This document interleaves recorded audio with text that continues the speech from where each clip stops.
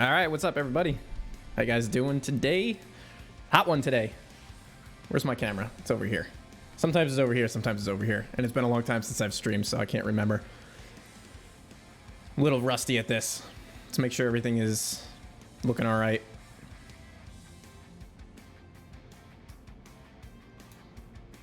Looks good. I think the sound is there. Audio's there. I hear the music. I see the levels on everything. I see the chat. What's going on, guys? How's everybody doing today? I'm doing quite well. It's too hot to be outside, so I'm going to stay inside and do this instead. I know it's been a long time since my last video, so I'm trying to stay engaged a little tiny bit, but I took some time off for the summer. It's a hot day today. Can't go outside, so I figured, you know what, why not? Let's do a little stream. And it's been a long time since I've done anything on the P&B, so I want to do an operating session, and what we're going to do is we're going to do an operating session on the full P&B. Hold on, this music is way too loud in my head. Is the music too loud for you guys? It's like super loud in my head here. I think it's this dial. Still trying to figure out. It's been so long since I've used this soundboard that I have that now I don't remember how to use it, even though I barely used it before. Okay, I think that this is the correct dial here. All right, so yeah, I'll fill you guys in on the latest with the debev and what's in store for this fall, this winter sort of thing. Just peeking at the chat here. Am I in driver mode? No. All right. So first of all, let's just do a little discussion about what we're working on today. Looks like my face cam might be a little bit dark, but that's probably because there's a lot of sunshine coming from over here. That's all right. Music is fine. Cool.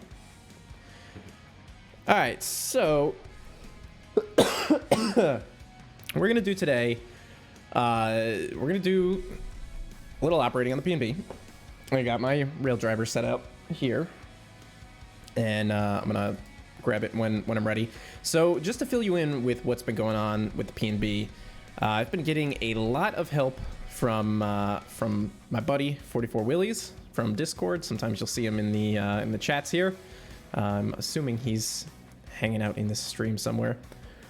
He has been doing some work for me on updating some things, and what he has been doing is replacing a lot of the grasses and shrubs that I had previously used with better assets. So it might be difficult to see without like an actual side-by-side. By the way, if the stream starts to lag a little bit, let me know, because I'm on Wi-Fi and might have to plug it in, even though I don't want to. I'm trying to get my mic where I want it.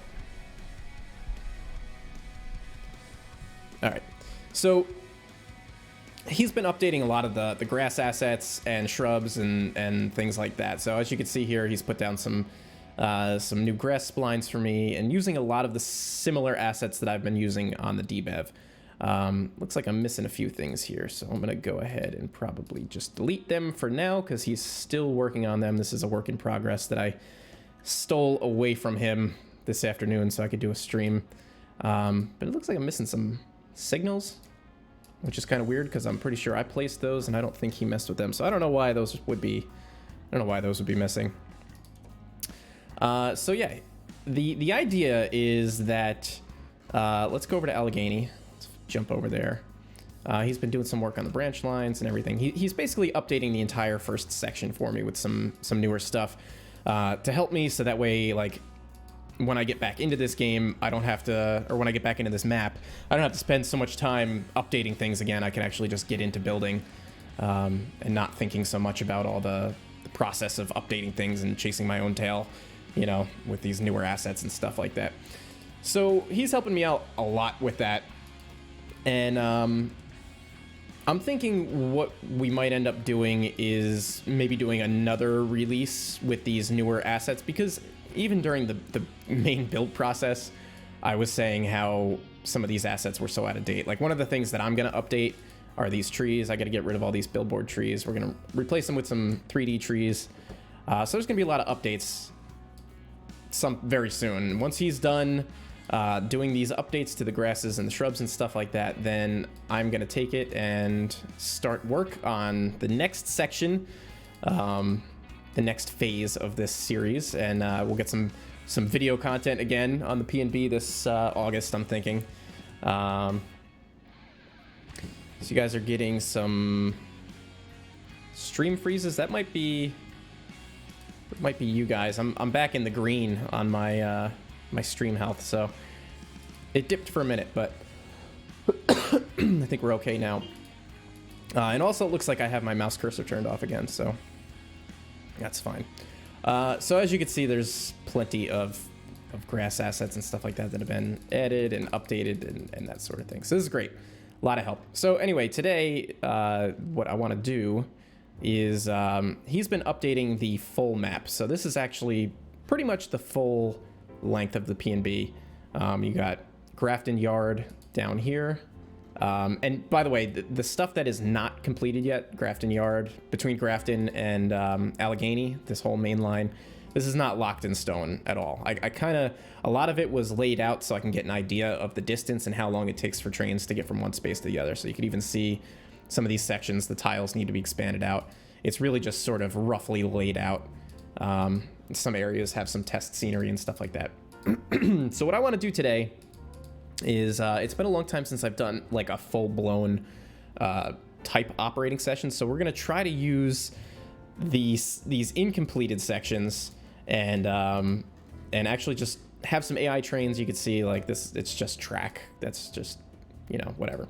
So once we get into the next phase of this, I'm obviously going to be redoing a lot of this and re-scenicking things, and even some of the areas that were sort of completed a long time ago are going to get fully updated. Like this is the Paint Creek branch, and just between the transition from Trainz 2000, whatever I started this in, 2009 to 2010 to 2012 to Tane, all sorts of things are just have changed. So obviously once I get back into the series, this is all going to be revised.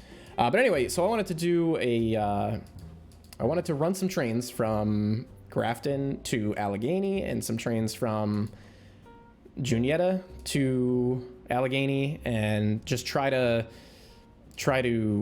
see what, you know, what a full operating session might feel like. So what we have to do is set up a couple of trains. So what I'm going to do is just build a couple of random trains here. I wanted to have this prepared already, but I didn't get the route, like I said, until just a few minutes ago before I did the stream. So let's see, let's get to some PNB stuff here. So basically, we'll run some AI trains and we'll do some switching as well at the same time and just see if we can kind of keep up with stuff. So let's see, PNB 100-ton hopper.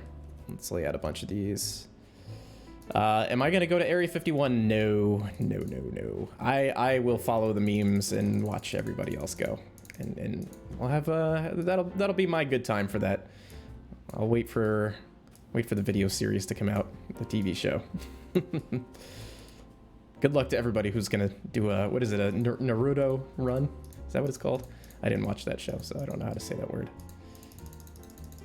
All right, so we're just gonna lay out a couple trains, and I'm trying to think in my head, like what trains would be coming from where. This would be an empty train headed back to, probably to Juniata. Dang it. Just spilled my drink because it was stuck to my coaster. 1 second.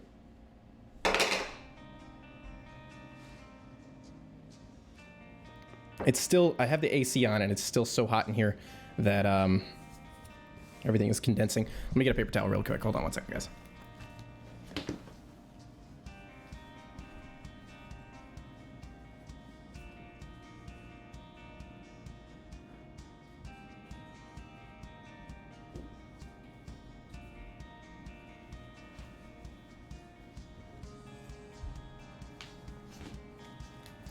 All right, anyway.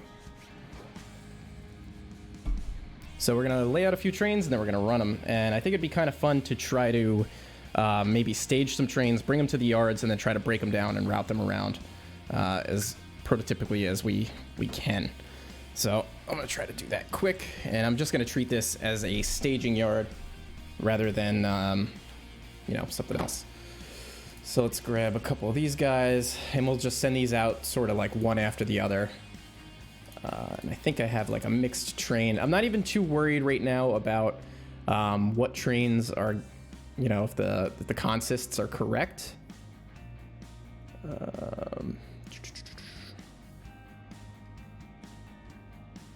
Got Vani local. This is an old consist I made a long time ago. Some leased units, that would be a nice addition as well. Yes, I agree. I think there's engines on here, CSX engines, so we'll delete that. And then I had another mixed freight somewhere. Mixed transition. Mixed tanks, yeah, we're gonna have a mixed tank train for sure.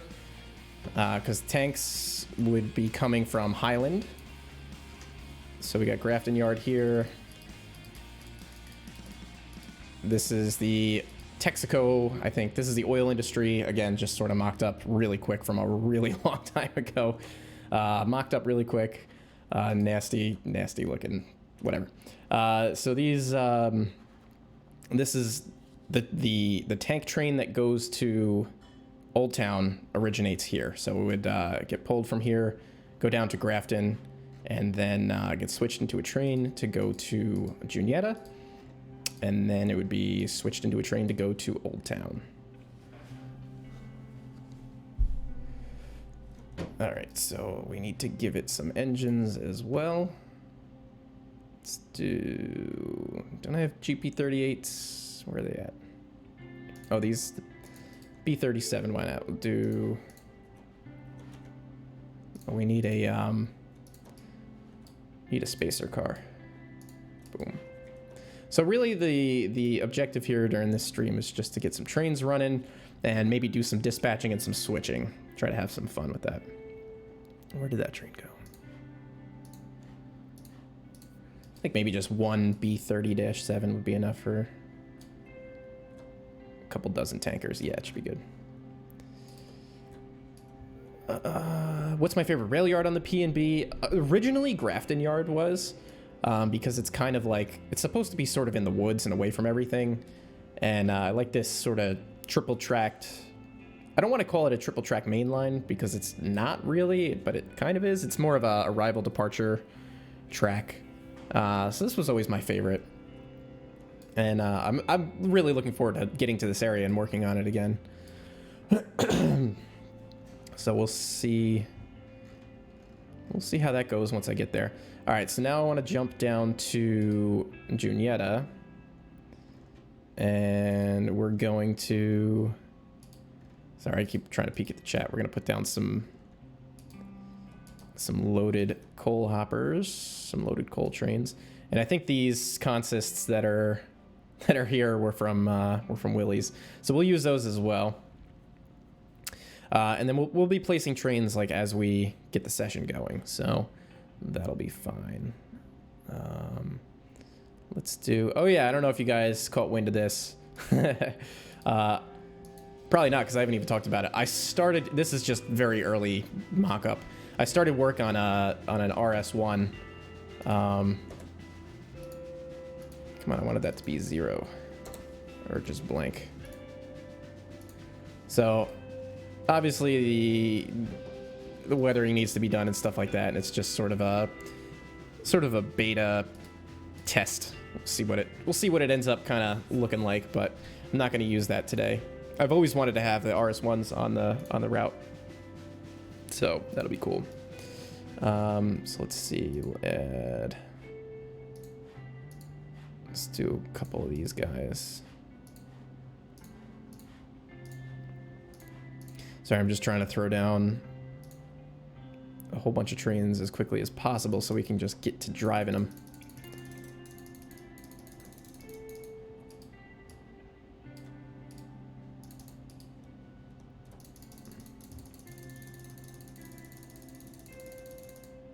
We'll make a nice fully loaded coal train here.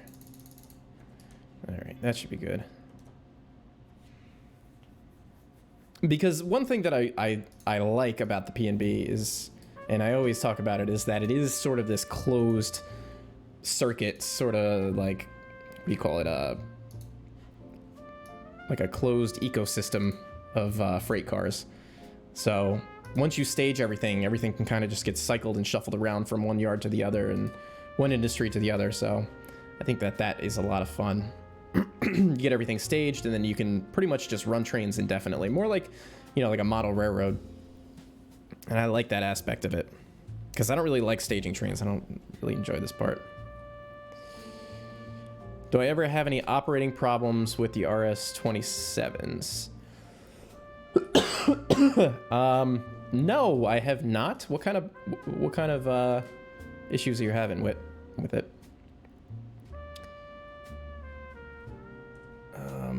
So we got that. This is gonna go to Grafton. So the hope is to maybe stage a couple of meets here when we do this. Let's just throw a handful of these down. Let's grab our actual Vonnie local that we had before, because that would get broken down into another train. Where is it?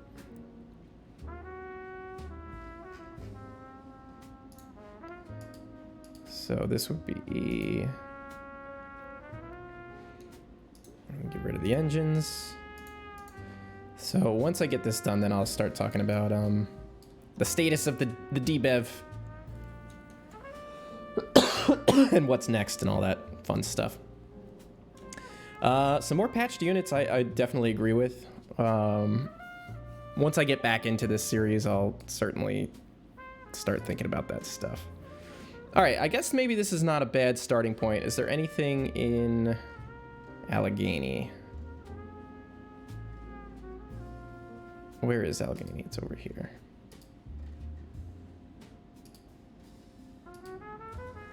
We should probably put some engines down too, actually, save myself a little bit of trouble. Hello, everybody that's just joining the stream. Welcome to a fun Saturday afternoon hangout.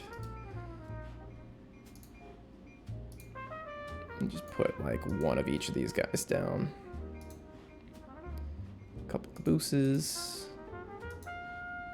And then this way I can kind of like just pick from them once I get into the actual session.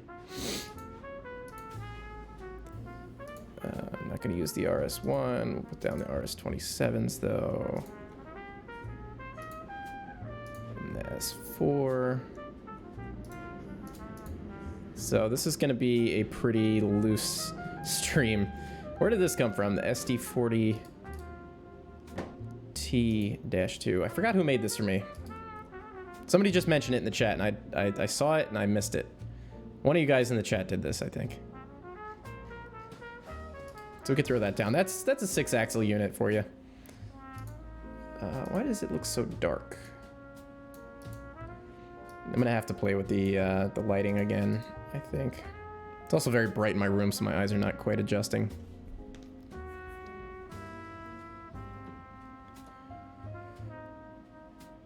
What is the roster for the P&B in terms of like locomotives? I don't even know anymore. We've got quite an assortment here. It probably wouldn't make sense to add many more, to be honest with you, because we've got these RS27s, this SD unit, which is good for road switching or road traffic, the GP38s, the GP7s, GP9s. We got lots of switchers, the S4. We're gonna have the RS1s. So there's a pretty good variety of stuff. I don't really know how much more I should add. Let me just finish dabbing up this spill.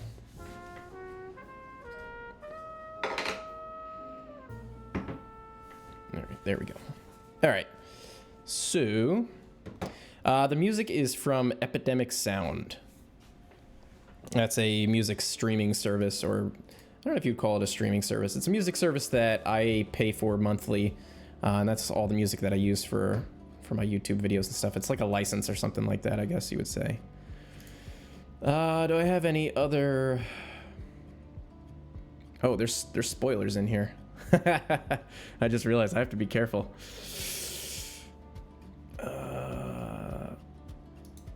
These are mixed transition. Mixed coal hoppers. No, we don't want to do any of that. Oh, I had a P&B coal hopper. We can just throw another... Throw a couple consists down. I've always wanted to see these yards just totally full. And, you know, like come over and switch them out and stuff.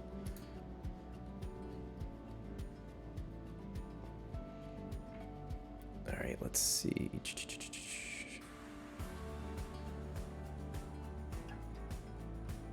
I don't know if there's anything else that I should add. We could throw down some Trinity hoppers. I think we should just jump in and just start running, and we'll see what... We'll just kind of wing it, right? We'll just kind of decide what we want to do as we do it. Let me adjust my camera here. Just noticed it was like way off. Yeah, it should be fine. It's very dark though. I look very dark. I'm also very tan, so that might have something to do with it. My hair is a mess. I just got out of the shower because I went for a bike ride and it was awful. It was so hot. All right, I think that we'll just do that. I think we'll jump into driver mode, and then we'll have the option to add more trains. The only problem with that is that we can't really easily search. So let's stage a couple more actually. It might be kind of cool to switch up here because I haven't spent any time doing that. So maybe we'll do that. Let's switch out. We're gonna get we'll get some road traffic going. And we'll switch the steel company in the meantime. That sounds fun to me. So let's see. We would grab coal hoppers from here. We will load these. So let's just mock this up, stage it. What I need to do is see what kind of coal this thing takes so I can actually deliver it. Does this thing consume coal? It consumes regular coal. So one of the things that I tried to do, and I think it was probably an absolute failure, maybe you guys can tell me because I think you guys probably operate this more than me, was have these different types of coal on the P&B. So there's like regular raw coal, there's the bituminous raw coal, there's lump coal, there's all these different types of coal. So I tried to have it set up so that only certain industries consume certain types of coal and certain industries produce that coal, so that way you're not just routing, you know, any old coal train all over the place. You had to really be specific about it. I don't really know if that worked out too well, but that's what I was trying to do. Let's see. So we got that. What else do we need? We need the coil cars. I wish somebody would make some new coil cars, man. These ones are so stinking old. So let's see. These would be all empty. I don't even know how many fit on these tracks, so we'll just guess. We're just gonna put a whole bunch of them down. I like the variety of them. They're just really dated looking. I think these things have been around. They were like RR mods models, and I think they came out in Trainz 2009 or something like that. Maybe 2010. They're very, very old. Do a couple chassis systems. All right, so we would need these. And what else? We have gondolas.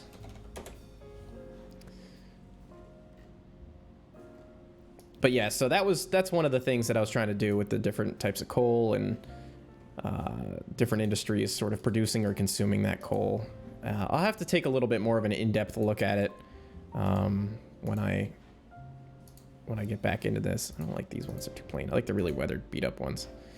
One thing I was exploring just this week was like switch lists and stuff like that, and trying to have more accurate, better car routing. Why does that look like coal? What did I load that with? That's not what I want. This is what we want. Different types of car routing. I'm probably going to do some kind of like an Excel spreadsheet. I have to do these individually, don't I?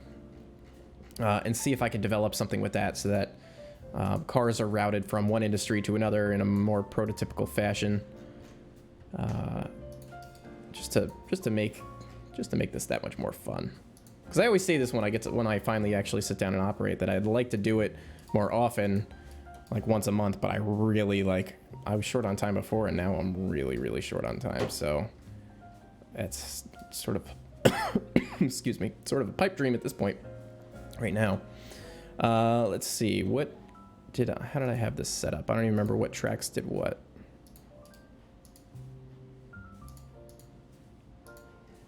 I have to hide this layer, I think. Special details.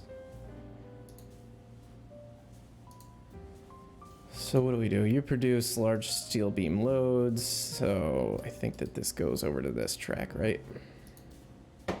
Okay. Just trying to figure out where to put these, the empty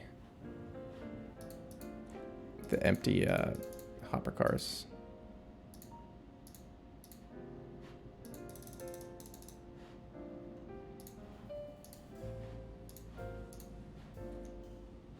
All right, we got those. We can put this layer back on. I don't know what's going on with my throat lately, guys. Like, it's just every time I talk for more than a couple of minutes, I just start coughing and hacking and choking on stuff. I think it must be allergies. I don't know. All right, so let's see. We would probably have some empties here. And then we probably would have some more coil cars that we have to pull out here. These would all be loaded.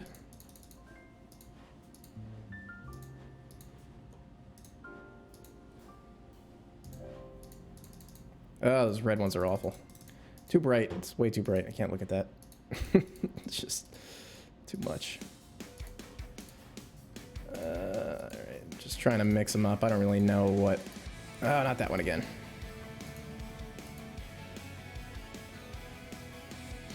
I hope I don't have to do these all individually, because that's going to be really annoying. Oh, I do. Oh my gosh. We're just gonna... I really just want the weight.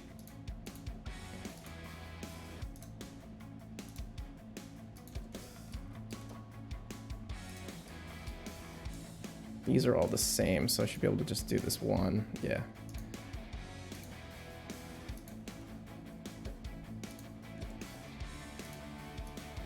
Slide that back in there.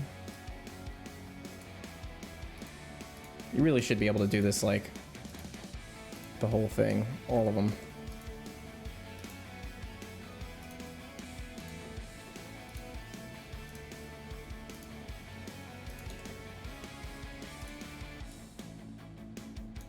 Back, bring this one out. This one is all the same. So this will be easy.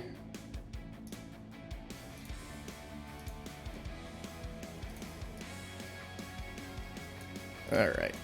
I think we're just about good to go. That would be empty. All right, cool. So I think we're all set up to do some switching over here.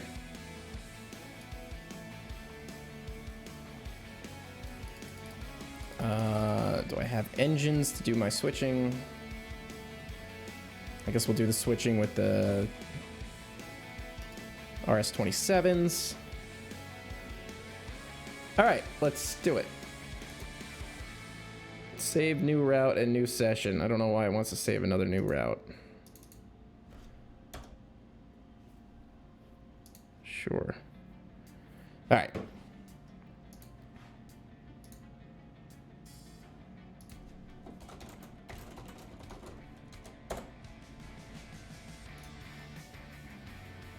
Let me get my rail driver.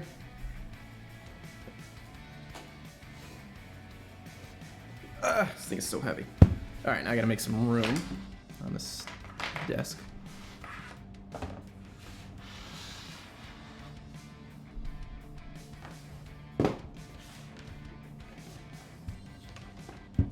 This thing should be wireless. All right, there we go.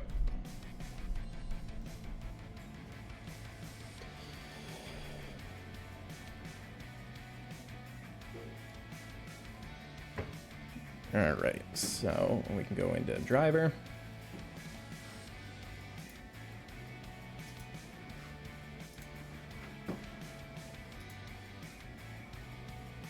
And hopefully this thing is going to work just fine.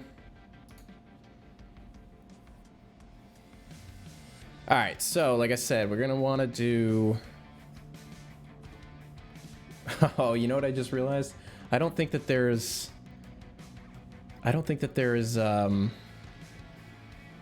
markers down in like Grafton. Let me see.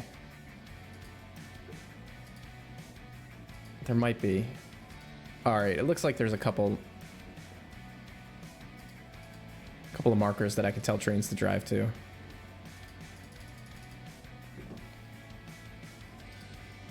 So, let me hide the junctions so I could actually see.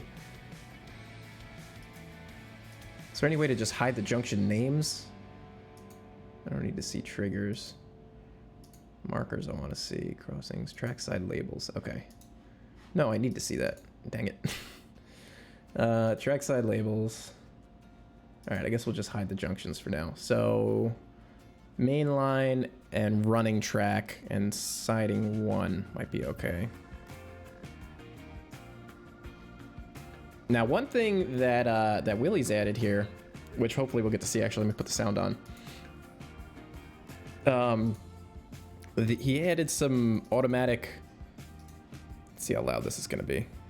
The triggers for the AI trains to automatically blow their horn at crossings. So that's not something I've ever used before, but he added that. It's gonna be pretty cool. Let's see, how loud is this? All right.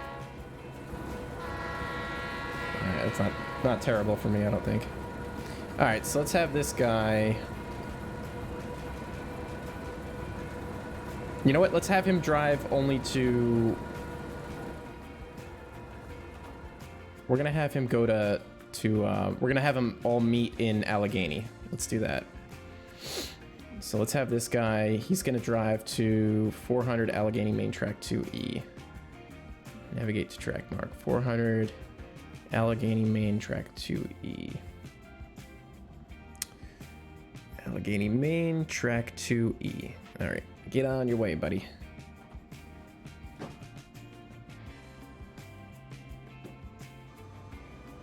All right, we got that guy going. So we're gonna try to hopefully make this meet work. Now we gotta go over to this other train here. Let's have, who do we want? Let's have this, let's have the tank train.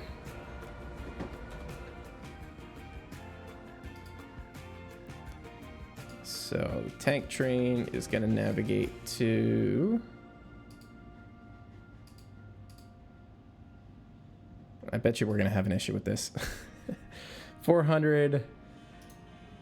Navigate to track mark 400. Let's say Allegheny Main Track 1 West. 400 Allegheny Main Track 1 West. Allegheny Main Track 1 West. All right, we'll see how this does. And then let's grab our train.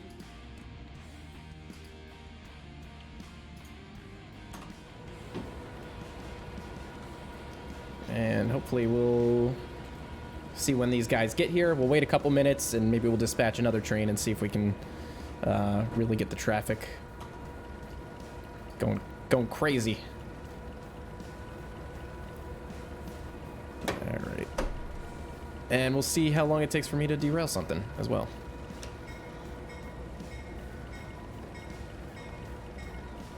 I'm gonna say it's probably not gonna take terribly long.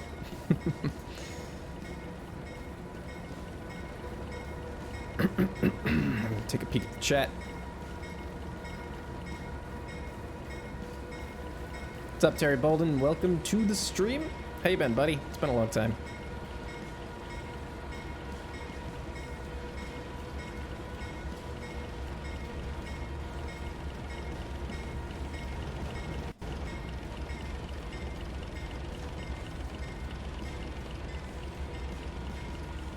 My game has been pretty laggy lately, so I might have to dial back some of the settings. I think my hard drive, I've got like 3 different instances of Trainz installed, maybe even 4. I've got Trainz Model Railroad, and then 2 versions of Tane and 2 versions of Trainz 2019 all installed on the same hard drive, and I think I'm starting to get some issues. I think it's causing problems.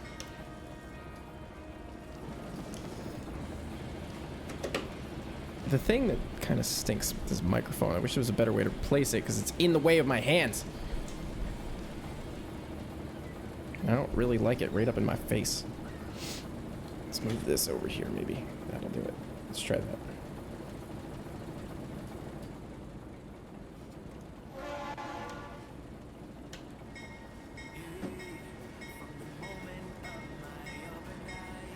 Ah, nice smoky alcos. Alright, let's go ahead and line the switches.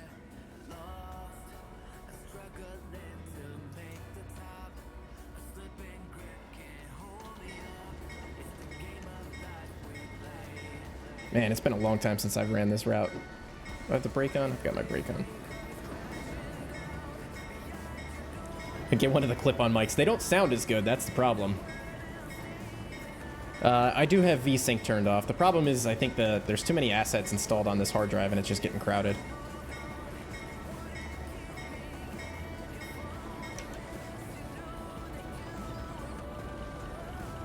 I also noticed recently I had my anti-aliasing turned up way high. I had it like on 8 and it was like really killing my frame rates. So I dialed that back and it seems to be doing a lot better.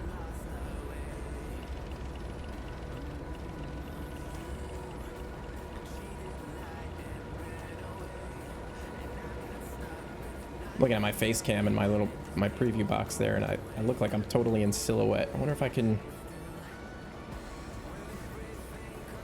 get it to change the exposure. It's this window over here is like, it's just making it too bright. It wants to try to expose for that window. Come on, what's going on here? Slow down. This is how it happens, guys. This is how I derail. Because I'm not paying attention. I'm looking at the chat or something else.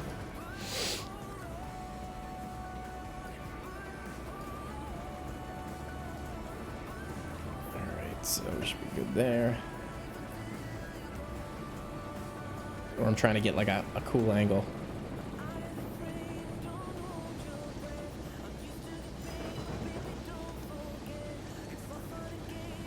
See, it is 10 a.m. in game. I was just trying to think if I needed to have like headlights on. Oh, this works now? The dim on the rail driver? Oh man, it used to not work.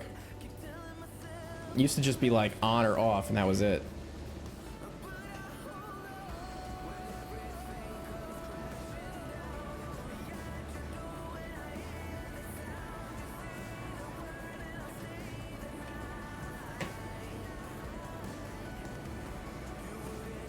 Hey, the natural light would be fine if it was coming from this direction, too. It's just that it's coming from one side.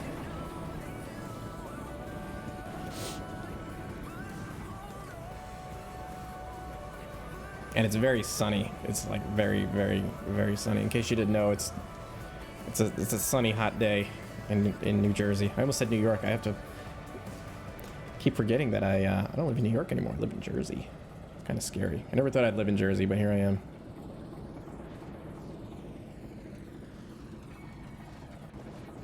I just want to be in notch 1, I think. So I think what we'll do is we'll take these guys and then we'll couple up to the coal. We'll drag this whole thing through.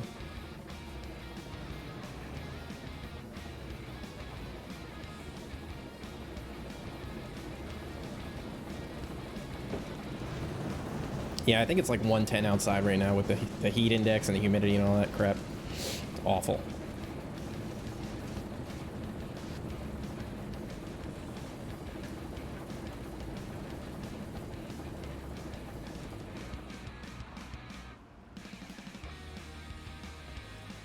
No. It's not hopefully AM doesn't derail on a switch again. It's when AM derails on a switch again. How long until AM derails on a switch?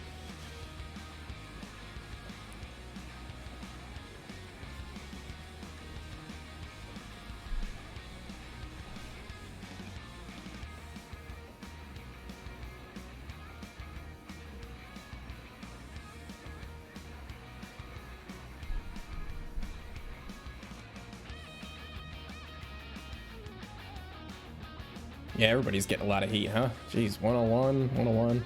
77. SP was here. Jeez, where are you at, man? Canada?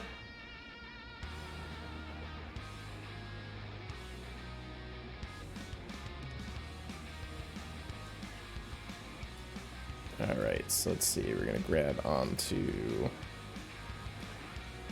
coal cars.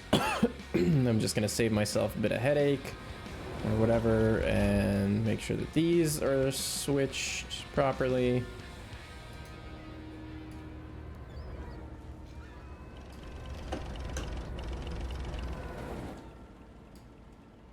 And then we can start reversing.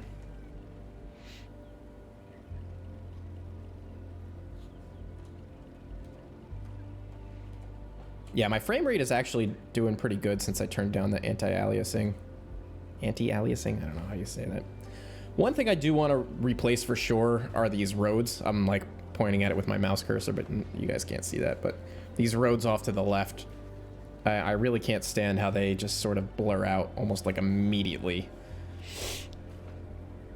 I think that the anti-aliasing has a little bit to do with that, but this is just really bad with these old Ashto roads or Shoto or whatever.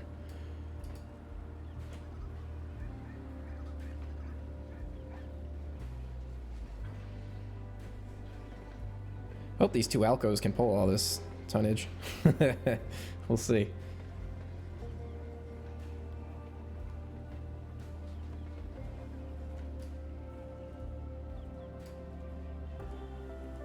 Oh, so on the topic of the DBEV, by the way, it's done. It's done. Like it's all done. I've made 3 sessions for it. The rolling stock and the locomotives and everything. It's all done. I even shot the release video. Episode 20 is shot, although I kind of need to reshoot some of it. But it is done, and right now I'm kind of just waiting on JR to do whatever they do to make it happen. So hopefully it'll be out soon, but you know, if it was up to me, I'd have already released it, because I kind of want to just be done with it and put it behind me and move on.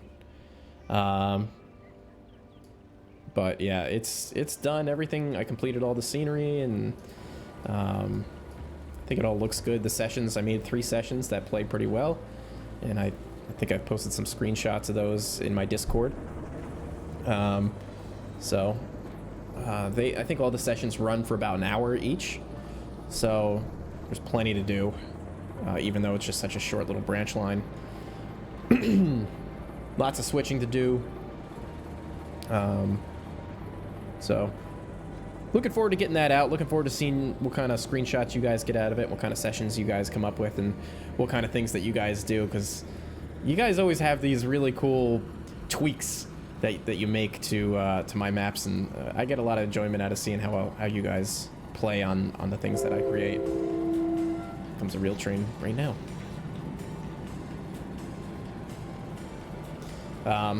For example, somebody on my Discord, I can't remember who it was, I think it was Eastrail, maybe,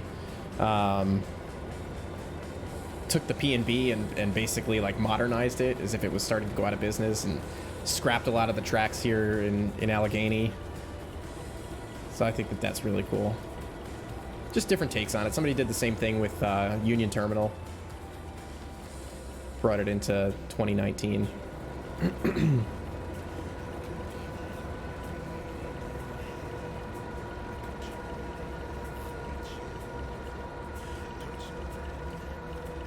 Going pretty slow.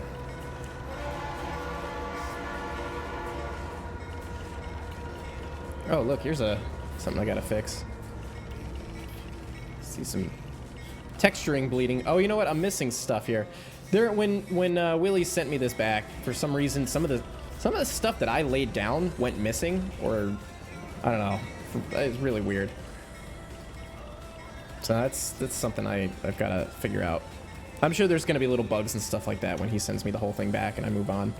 But basically the plan for going forward, like I know I haven't posted any videos in a while or really done any streams. Summertime has been really busy for me. I still am having a hard time finding the time to do some of this stuff, but I've got 2 projects that I'll be doing some video work on. I gotta change this song because the lyrics. I can't talk over lyrics. It's like throwing me off.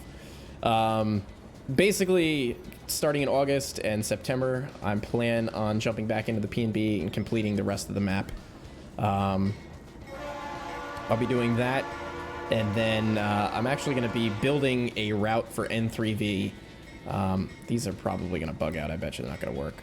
N3V has asked me to create a route for a future version of the game, which is really awesome and exciting to be able to maybe jump in there and add some better content, some better built-in content. So I'm excited at that, and I spoke briefly about what I'm gonna do on my Discord channel.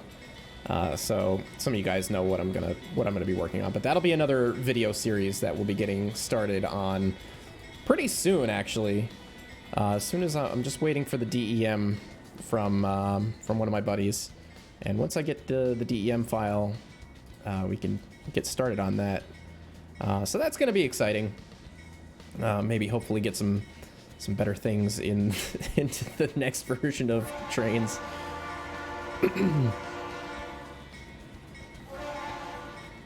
If I can actually, hopefully maybe N3V will. Oh no! Don't do it!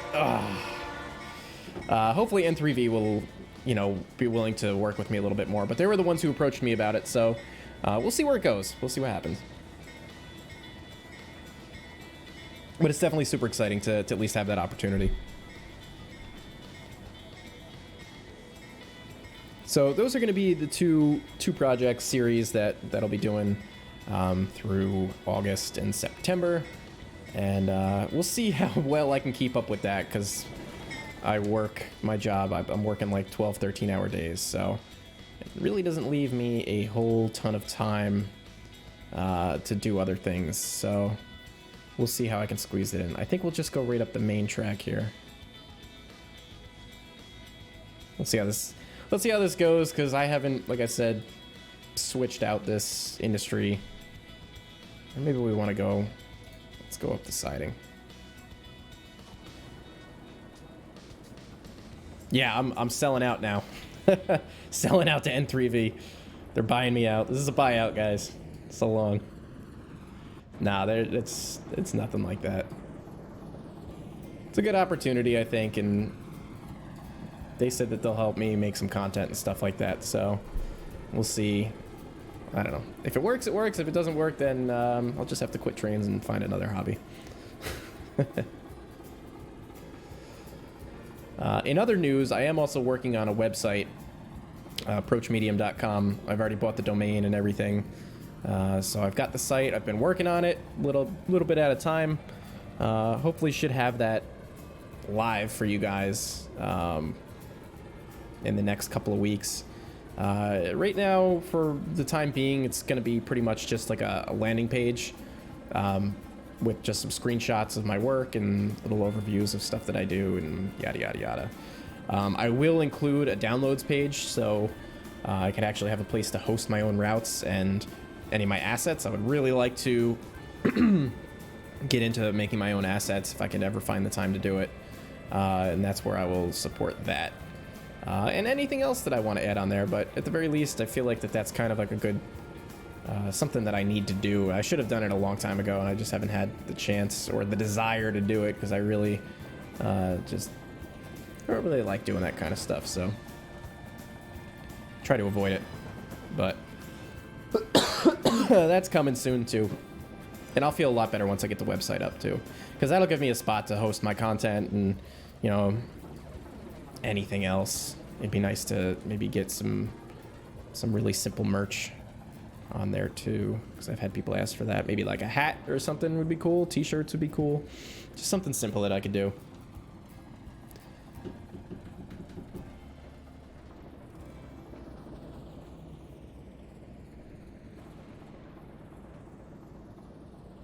I don't know if I could really do the 3D modeling. I've been sort of trying and dabbling with it, but I really need somebody to really teach me how to do it, because I don't know even the basics of it or the terminology of a lot of it.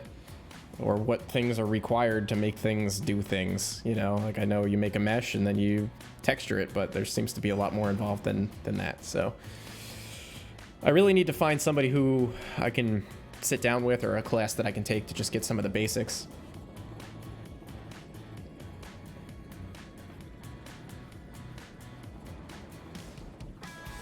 But yeah, lots of things still in the works. I know, like I said, it's been a long time since I posted a video, but summer's busy. It's just always busy for me. Last year, I was able to do the D&T because I pre-recorded it like in the spring, and it was a simple project that was easy enough for me to pre-record. And I didn't have that time to do that this year because I moved. So I had no time to pre-record anything. So it was just, you know, get down here. I started a new job, living in a new apartment, totally different lifestyle. So, wow, this train's going to be way too long.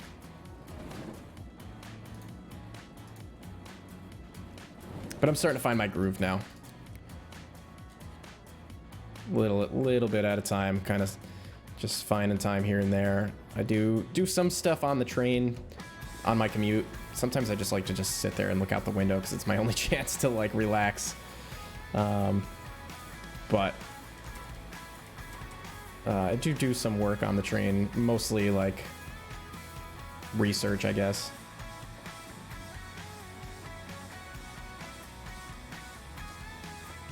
Oh, what are these messages here? JMR CSX high rail is derailed. What is all this? We're having problems. We're having problems. Things are derailing, and I'm not the one doing the derailing. I'll have to investigate that in a second. Let's pause this, actually. Can I pause? And then... where are things derailing? And why? This is not my fault.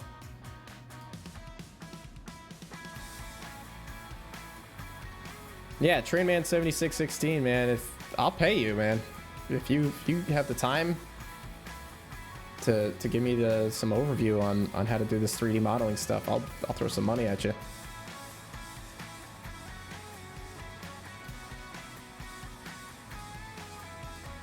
I don't know what's going on here, what derailed or where it derailed. Doesn't seem like it derailed over here. Can I ask Justin or Mike about 3D modeling? Yeah, if I could ever get a hold of any of them. These guys are ghosts.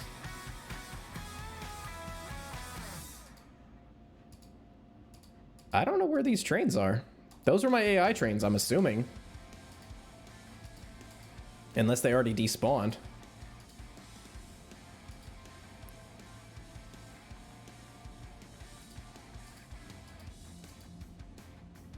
Did they ever even leave? All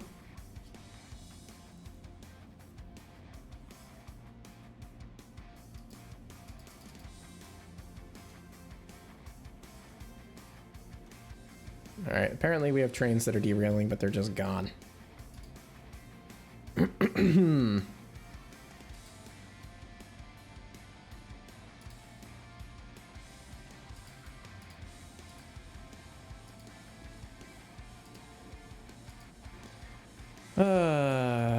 All right. Well, this guy never even left.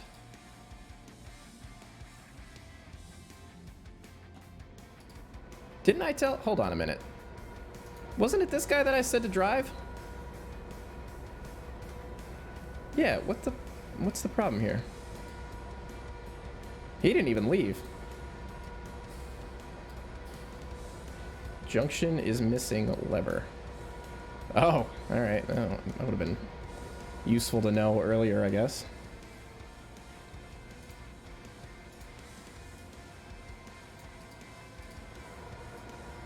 How many of these other junctions are missing levers, I wonder? Might not be able to run this part, I guess. Is that missing it too? Yeah.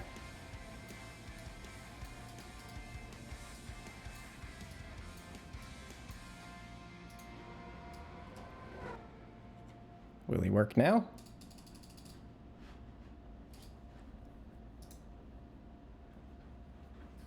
All right, there he goes. I guess that other train must have derailed and disappeared. I have no idea what happened to it. All I gotta find the train that I was working on.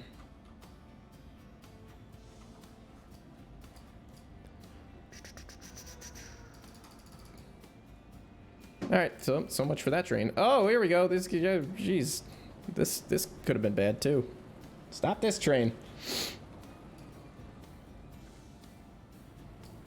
Oh boy. Put the brakes on. I'll put the brakes on this one.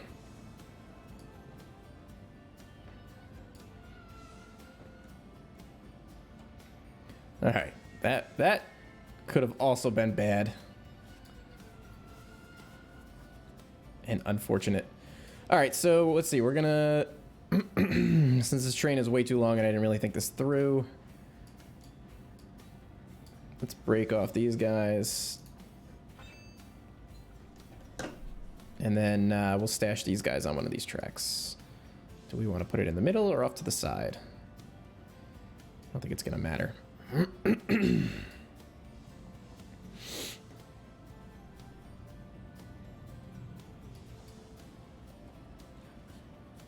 And this is probably an illegal move to send the engine over this thing, but whatever.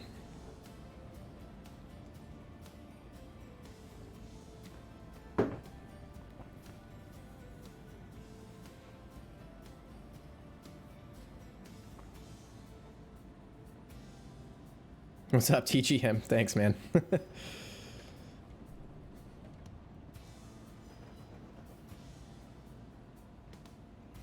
There was a spline point on the east end of Allegheny that I had to delete and relay for some reason. No AI trains would go past it.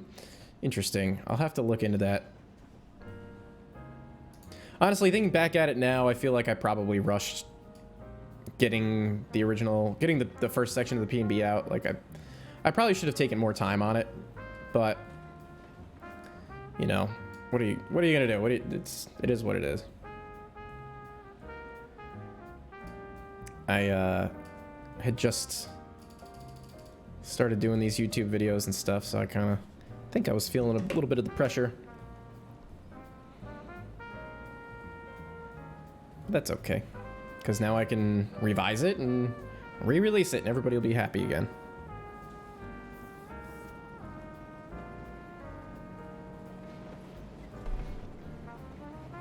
So I think what we'll do is we'll park these guys here. Then we can switch out the coal and then double our coal train here and then start pulling out all of the other stuff here and then switch all of the coil cars in and the not hopper cars, gondolas.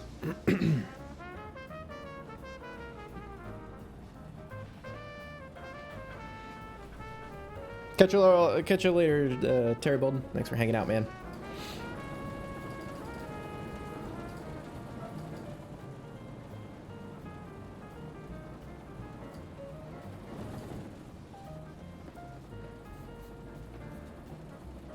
So my route for N3V, I don't want to spoil it right now.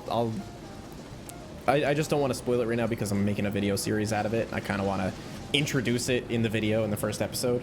So I'll talk about it then. You'll find out soon enough in a couple of weeks when I get going on it. It's a long route though. It's like 100 and something miles, I think. We'll see how that goes.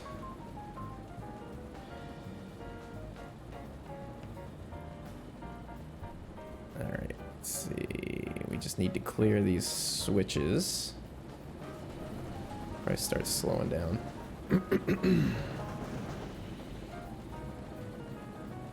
Oh, the theme, it's going to be modern, modern day CSX, mainline, and some switching. Yard to yard.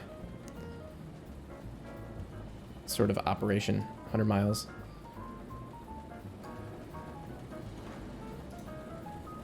The reason I'm doing modern is because because I have to use Trainz 2019 to build it, right? So I'll be doing all my building in there, and that's sort of mostly what's in there and looks good. So I want to use the CSX and the CP locomotives that are in there because they have all the PBR texturing and everything like that. They look great. So that's the plan with that. And of course I have to use only N3V assets, like download station assets, or anything that's built in, or anything that I decide to make will be sort of my library of assets to use. So that'll be interesting. It's gonna be challenging, but I'm looking forward to it. It's different, you know. It's gonna be a different type of build. I haven't done anything modern, like really modern. So it'll be fun. And it's gonna be based on a prototype, so I can look at pictures and, you know, try to replicate something real instead of doing, you know, like the DBEV was based on reality, but it was still fictional. So it was like a proto, what do they call that? Proto freelance. So this is, and the P&B is totally fictional, but I guess it's also considered proto freelance. So this new N3V project being totally prototypical and set in modern day and all that, should be interesting. It's gonna be different for me.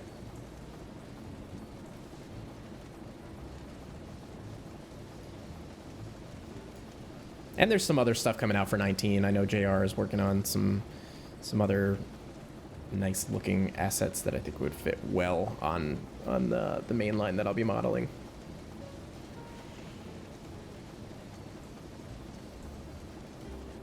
Do I have the... No, I don't have that turned on. I was gonna shift and fast forward, but that's how I end up derailing myself. Alright, so let's switch that. We'll switch this. We gotta make sure that is switched as well. And this one too.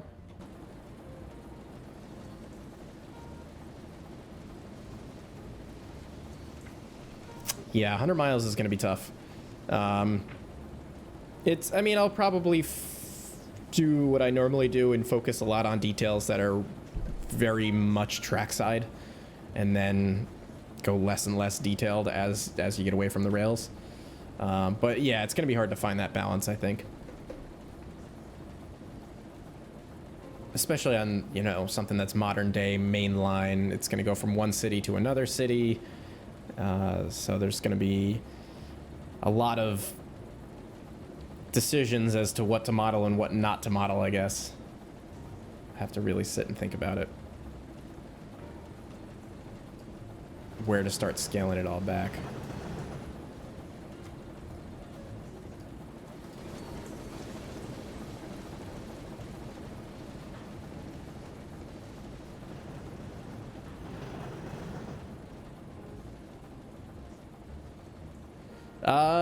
Trainman, the models that I have, they're from Turbo Squid. So that's one of the things that I'd like to do is get some basic buildings and stuff like that off of Turbo Squid and convert them into the game. Because I think that there's a lot of stuff. Wait, we want to go onto this track. There's a lot of buildings and assets that are on there that are low poly, and that would just be really quick to get in the game. You know, if I could just get them, figure out how to, I'll buy them. I've got no problem like spending the money and buying some new assets to get them into the game.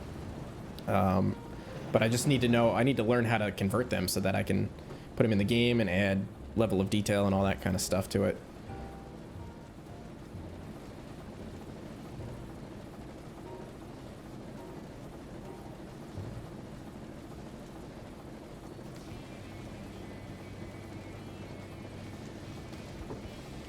Alright, so let's see, we're gonna shove these up to the coal thing.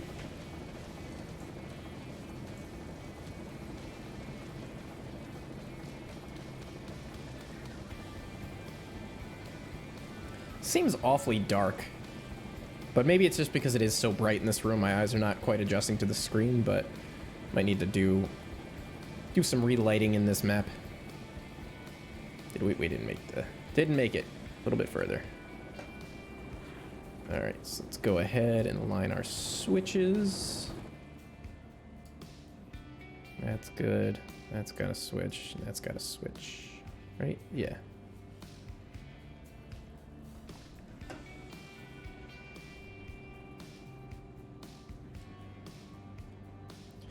The licensing, a lot of the ones on Squid that I've been looking at have the Creative Commons, whatever. Basically, once you buy it, you can do whatever you want with it. My engine is in danger of overheating. Reduce throttle. What? I've never seen this before. My engine is in danger of overheating. Reduce throttle. Have you guys seen that before? I've never seen this. This is new.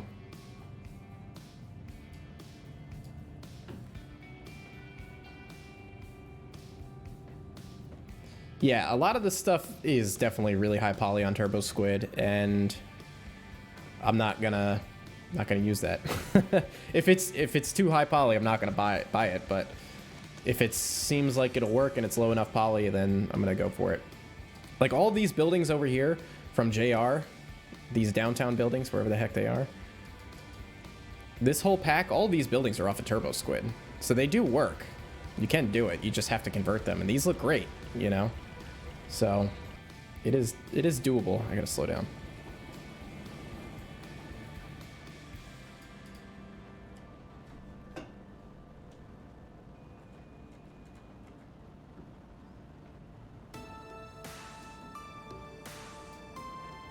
All right, let's see if I can manage this.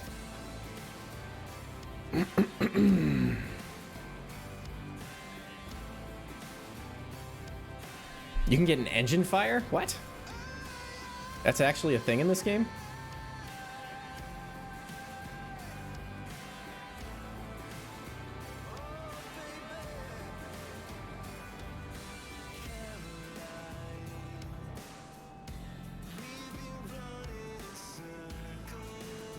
I wonder how much coal this is even going to take. This might not even... it's pretty much empty. All right. So then what happens if your engine catches fire? Like, I didn't even know this game had that sort of level of realism.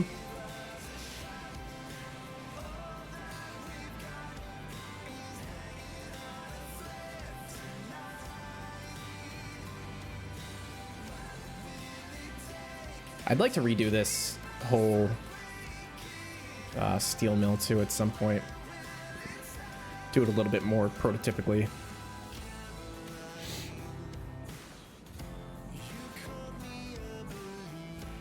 You might be the screenshots with the smoking locomotives might be the what is it, the B-30-7s or something like that. They have like a fire script where flames will shoot out of the exhaust smokestack or whatever. I don't know if that's on one of the P&B ones or not. Come on, keep going. Yeah, I have absolutely no idea how to keep like a consistent speed with a locomotive.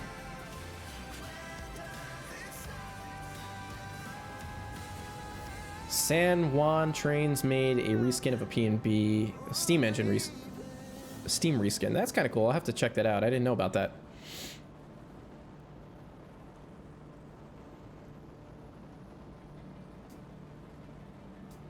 I'm sure there's some other skins floating around out there.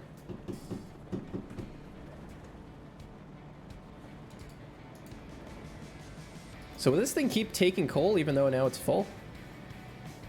Or is that it? That might be it. So we might have to leave half this train here. That's kind of neat though.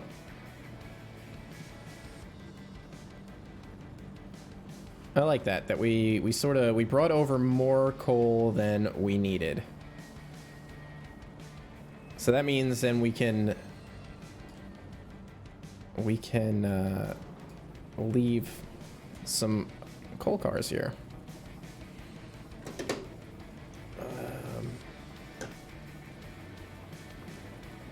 Am I in reverse? I don't know which way I'm supposed to be facing here.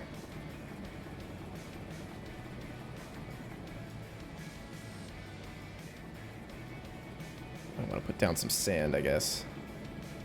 Is this the same thing? Yeah.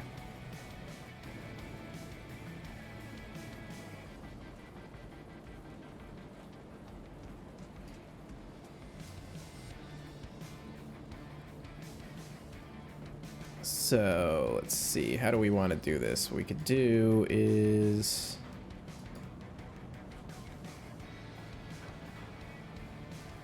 uncouple the empties before the switch so that we can just kind of shove these down and connect them up. And then we'll leave the loads on this track.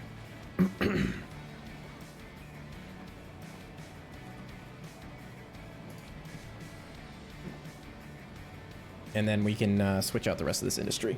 And I wonder if that train ever made it to where I told it to. Oh, it did. Oh, wait, this other guy is here now. I thought this was the guy who derailed. Come on, render. Interesting. I thought he was the one who derailed. I thought he was gone. So did that other guy... Did he make it? Andrew, he's stuck somewhere. Oh, he's still moving. Hmm.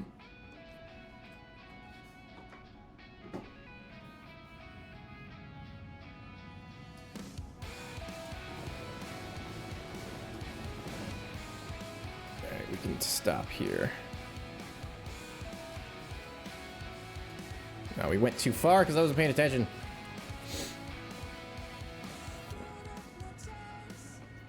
We'll just shove it back. I want to leave the empties down here so that I can shove this empty train into it and connect them up.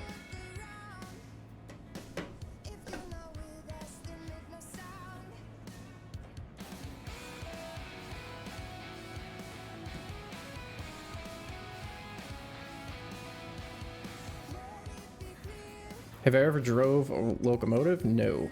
No, no, no. I don't even know how to use this thing.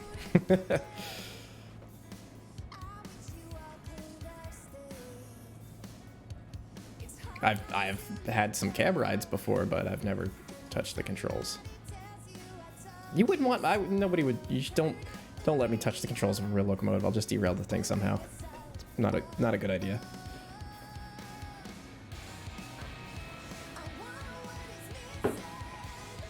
The fact that we're not on the ground yet surprises me.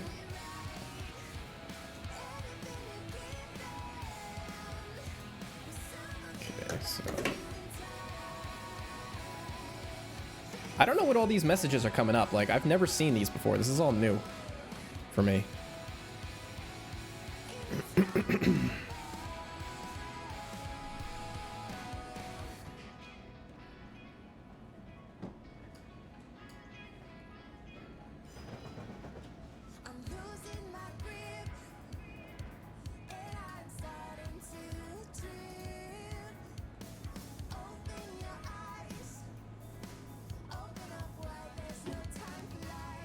Alright, so then once we're clear here, we can uncouple, we'll leave this load.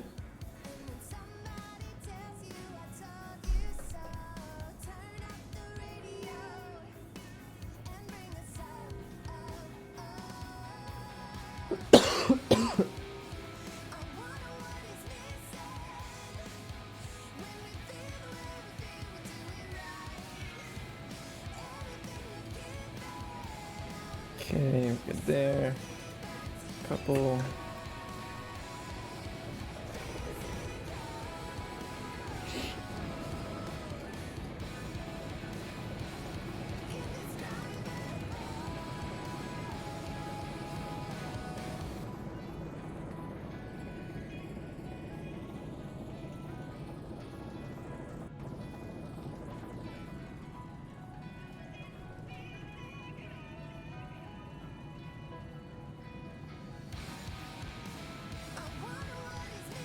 Right, and then we will stage all of our everything that we pull out to go back to the yard here on this track.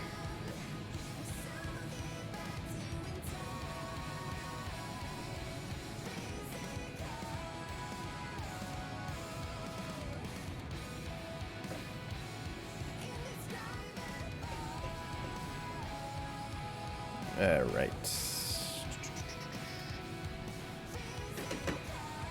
Yeah, I don't even really rail fan or anything either. Let alone drive, get into a locomotive and be able to drive it. I'm never out there. I chase the Catskill Mountain Railroad when I'm back home, but that's about it. I wanted to go rail fanning this weekend, but it's so stinking hot. Like, I don't even want to be outside. I also just, the thing with rail fanning is I just can't stand sitting around waiting. I'm not the type of person who could just kind of like sit and wait. I feel like I'm just wasting time when I do that. Alright. It's like rail fanning is fun when there's trains, but if there's no trains, then it's just like, ugh. I feel like it's a waste of time. I used to, like, when I was way younger, like, on my lunch break, you know, I'd go to, like, Burger King or Wendy's or something like that, back when I would eat that kind of garbage. Get my lunch and then go to, like, the rail yard in town and kind of sit next to the tracks and wait for a train to go by. And it was always my luck that I'd sit and wait and wait and wait, and nothing would go by. But as soon as I drove away, as soon as I would leave, there'd be a train. So...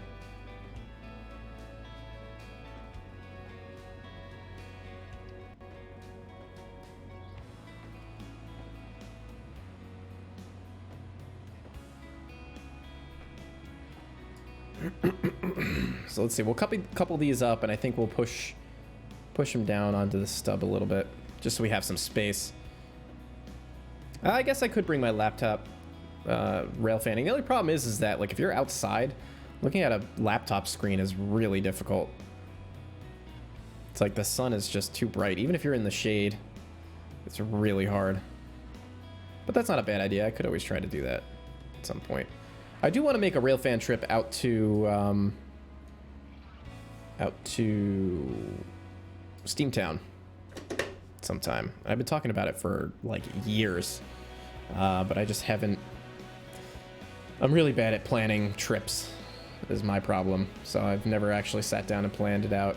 Even though it would just be a day trip at this point, probably take me 2 hours to get there from where I'm at. But still, I gotta like figure out when I'm gonna go and set aside that weekend or that day and actually do it.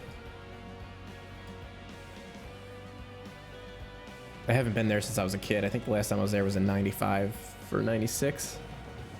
Something like, probably around then.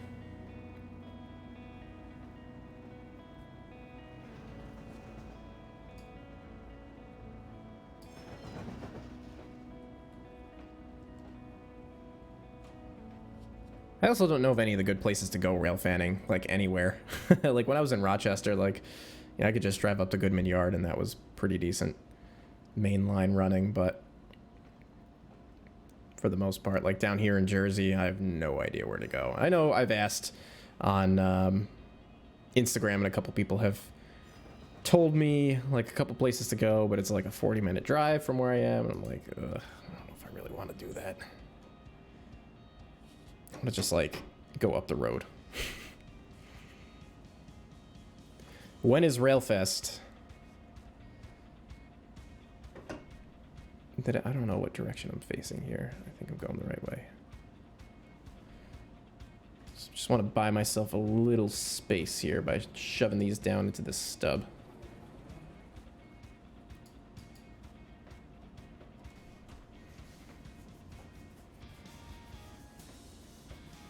Yeah, I mean, Goodman Yard is all right, but you could usually... There's plenty of mainline traffic blowing through.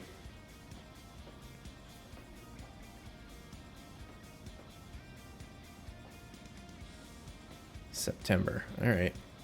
Maybe I'll plan a trip then. The problem for me is always that, like, weekends, you only get 4 weekends a month, really. And they always just get filled up so quickly with stuff for me. I don't know how people with children, how people my age with children can do anything. All right, let's make this our front locomotive. All right, so next, now we're gonna pull everything out of everywhere else. Whoa, slack action or something.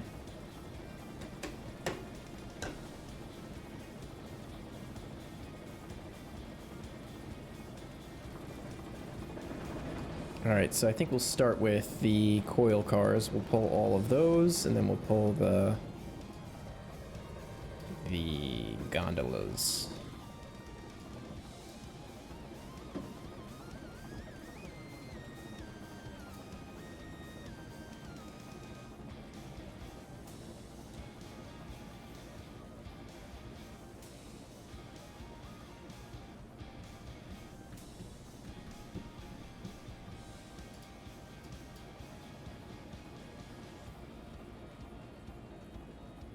So what do they do at Rail Fan Fest in at Steamtown? Is it just like a whole bunch of different steam trains and that sort of thing, or how does that work? I'm curious. I guess I'll have to look it up myself, but while I got y'all in the chat, maybe you could fill me in. All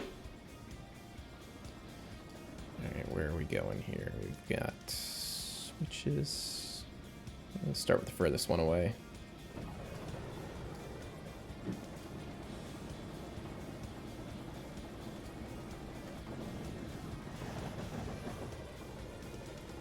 Going way too fast. Let's slow down.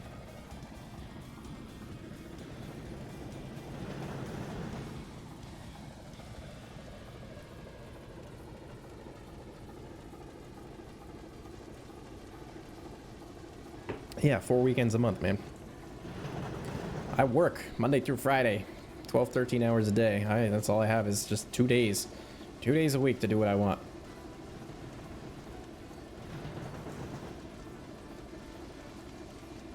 Stinks. Being an adult stinks.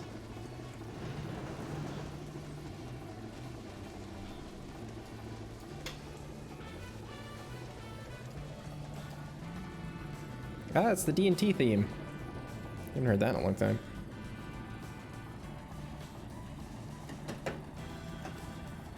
Oh, let's check out...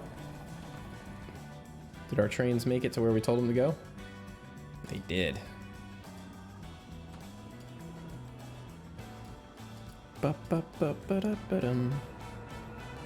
Alright, this guy made it. That's good. What about the other dude? Oh, we're still waiting on him, actually. I think he's almost here.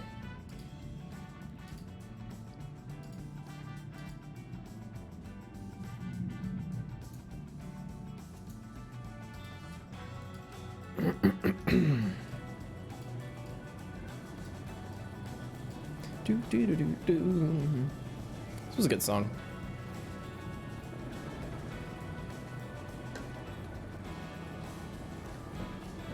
That's one of my favorite parts of video making that I haven't gotten to do in a long time is take the song and like remix it. Like this song I totally changed for the videos. Totally modified everything. Like it doesn't sound, it's not formatted the way that the original song is at all. I had a lot of fun doing that. I haven't been able to do that in a long time. Because Epidemic Sound, when you download the songs, you could either download the whole song as a mix, or you could download it in its stems. So you could download just the bass, just the guitars, just the drums, just the vocals, whatever. And then you can mix it up yourself. Yeah, it's epidemicsound.com. That's where I get all my music from. You gotta pay for it though, if you want to use it in your videos and stuff. It's $15 a month. I think it's worth it because, to me, I think the audio makes a huge difference in your production value.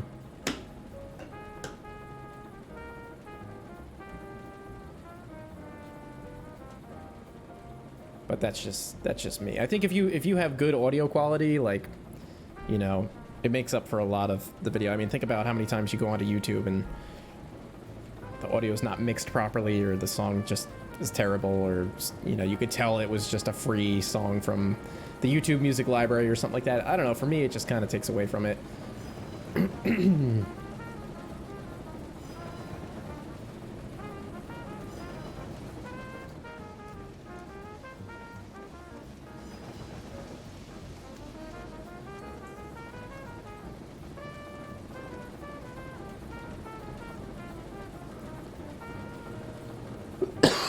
Yeah, what kind of stinks for me is that I've been paying $15 a month for this music service, and I haven't been using it. I haven't had any videos to add songs to, and it's like, it's gonna be a hard couple.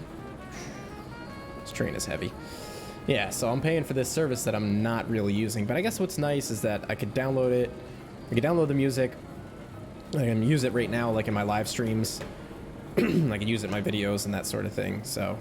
It does give me a lot of options, I suppose, to for usage.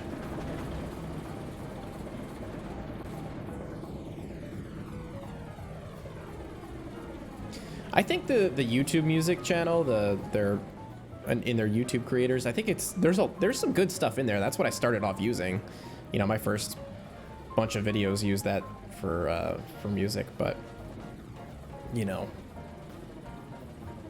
I don't think there's anything wrong with it. But you know, if you want to, you know, up the quality a little bit and go up a notch, that's the way to do it.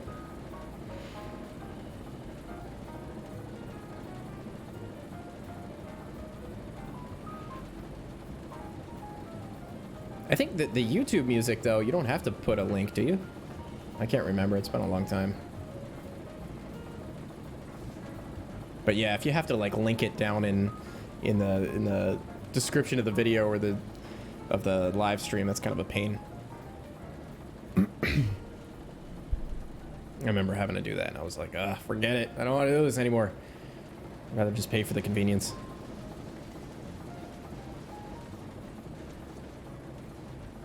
Yes, I am using a rail driver to control this. It's a very old one. I think I bought it in 2008. It's starting to show its age. It's covered in dust and dirt. Some of the controls don't work quite as well as they should. Yeah, these coil cars are quite heavy.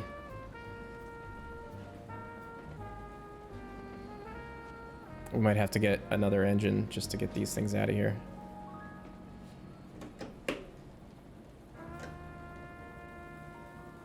The thing with like live stream music too is like YouTube is a kind of a pain when you're using music because they will flag copyrighted music. But from what I understand, if you stream on Twitch, they don't really care. You can stream, you can have whatever music playing that you want. So, you know, that might be an option if you're doing streams and you don't want to spend some extra money or make a playlist and add all the links and stuff like that. You know, you could pretty much just use Spotify. Spotify also has some playlists on there that are good. I can't remember. Chill Hop, I think it is. Chill Hop Music has some playlists that you can use during streams, and they don't, and it's totally fine.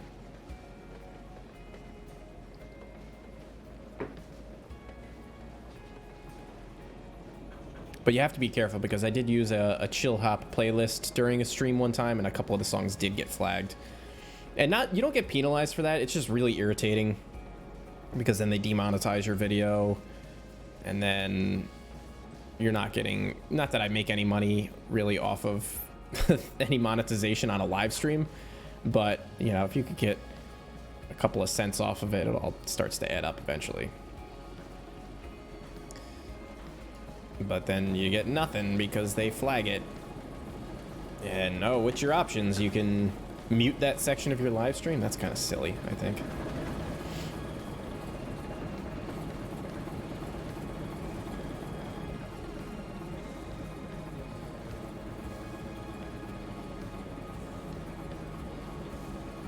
Get the high hood. Yeah, I might have to. Especially if these engines catch fire, then.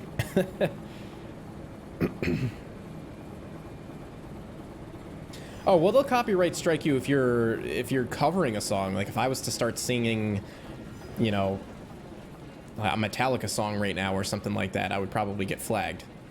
It's kind of ridiculous, to be perfectly honest.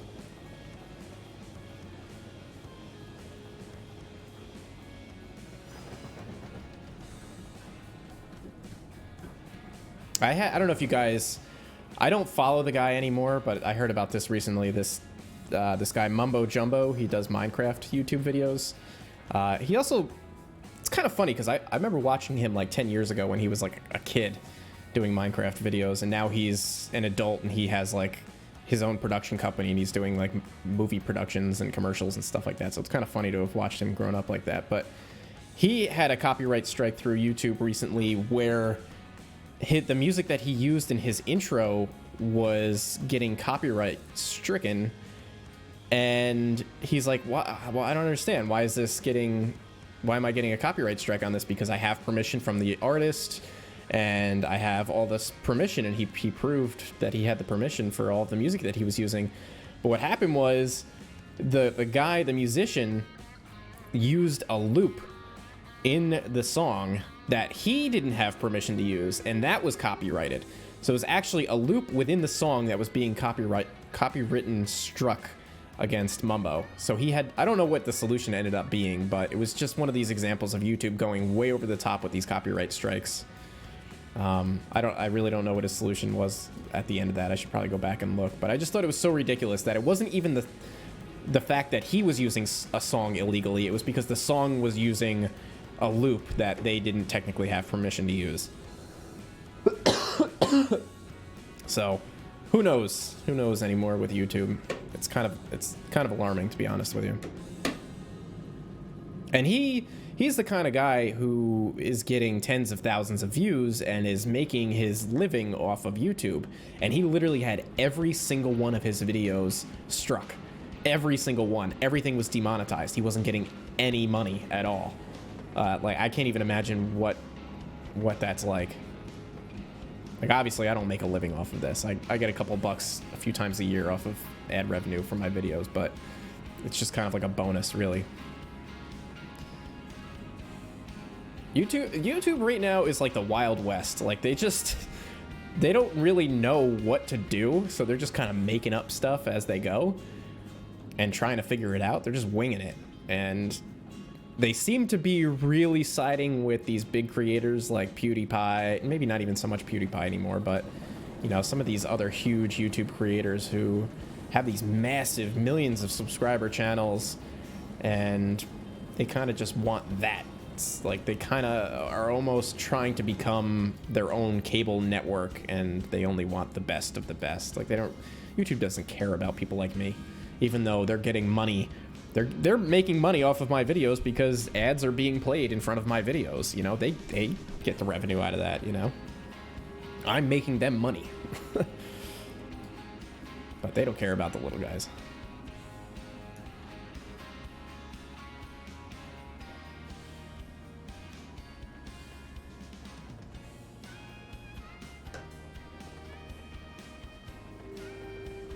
Like, I'm playing the same music that I always play during my live streams right now, and I can almost guarantee you that I will probably get a strike on at least one song somehow out of this. Just because it probably sounds similar to something else, and I'm talking over it, you know, so it's underneath. The algorithm can't perfectly identify it as a song or not, but they'll strike it anyway. All right, we finally got all these stupid heavy coil cars. Where are we going to put them? Because I don't know if this is going to be enough space. What is going on with my GUI? That was weird.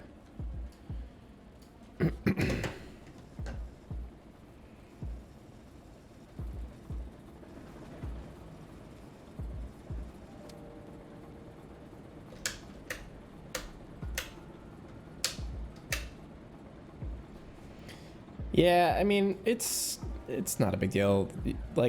Like I said, I don't make a living off of doing YouTube, and I don't think I ever will, and I don't really intend on making money off of doing YouTube. So, you know, that's one thing. But I feel for these people that are really doing it. I mean, YouTube is great for me. What's great about YouTube is that I get to share what I'm working on, and that is gratifying to me. That makes me feel good. And it almost sort of works a bit as like a commercial for when I go to sell the PNB or the DBEV or something like that. You know, people see it and they want to get it, you know, so that helps me with that. But, you know, YouTube is risky business, man. It really is.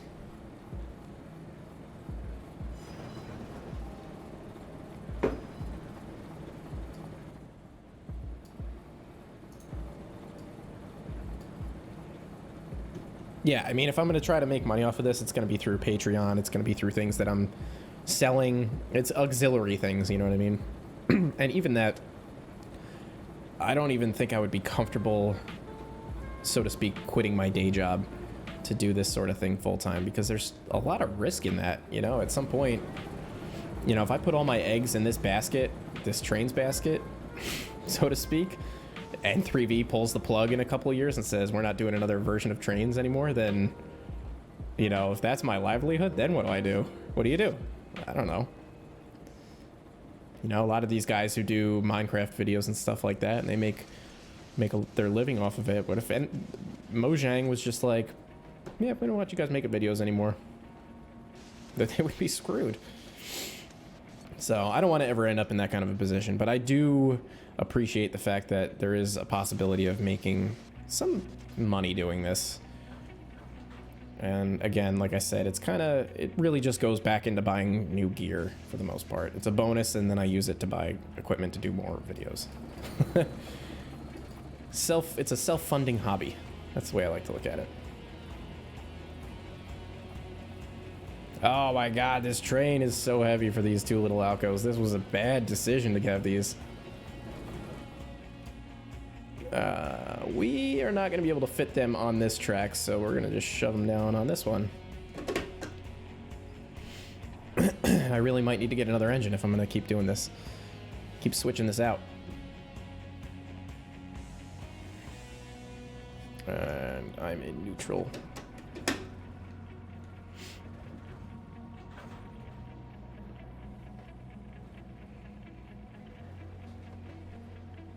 And we'll see if maybe we can make these engines overheat by the end of this stream. Because I'm kind of curious what'll happen. I mean, I guess if we get to the end of the stream and they haven't overheated yet, I'm gonna make it happen. I want to see. Oh, bringing offline overlay and wait, what? Bringing offline for cooldown. All right, so one of these engines just shut down on me, I think. Is that what I'm understanding? Bringing offline for cooldown. Well, I guess we'll find out in a minute. Hey, man, Sarge, you're welcome for making the videos. You don't have to thank me. I enjoy doing it, so. I'm glad that people enjoy them as much as I enjoy making them. And I think that's just as important.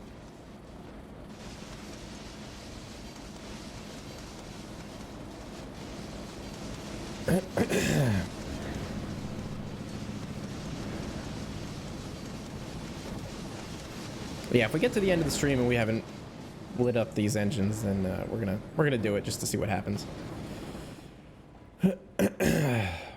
Sorry, my throat is like still kind of gnarly. We might have to break this. I have to break this up. Actually, I'm gonna have to just start braking now because I'm definitely gonna fly into those coal cars.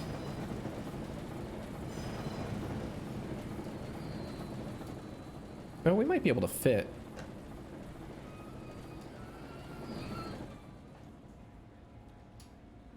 Because we're leaving those loads here. Let's go up a little bit further.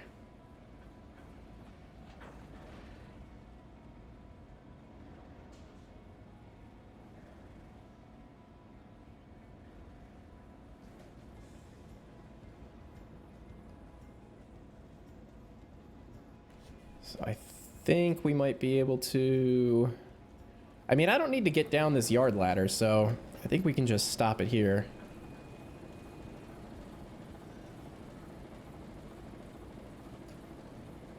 And then I think what we'll do is... Wow. So now we'll switch... let's think about this for a second. I want to pause it. Do we want to pull these empties out? There's no runaround over here, is there? Hmm.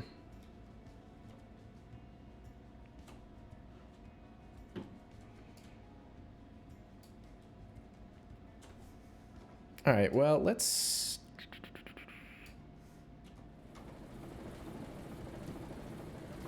switch the new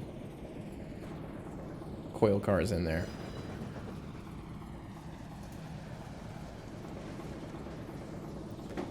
We'll see how long that takes.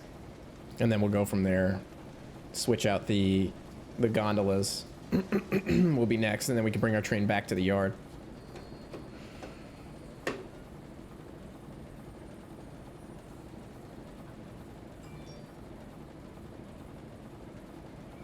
I just got an air quality alert on my phone. Till 12 a.m. Ugh.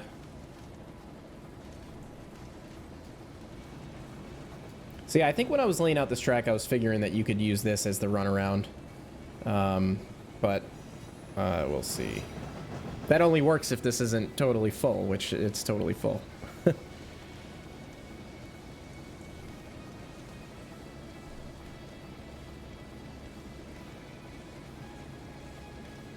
Oh yeah, I could run around this whole string. That's right. Let's get these coil cars in here first. We'll go from there.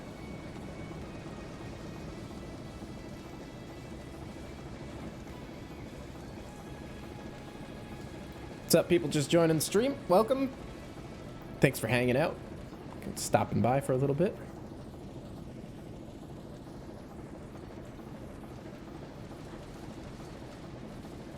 Hang out on this beautiful and overly hot Saturday afternoon.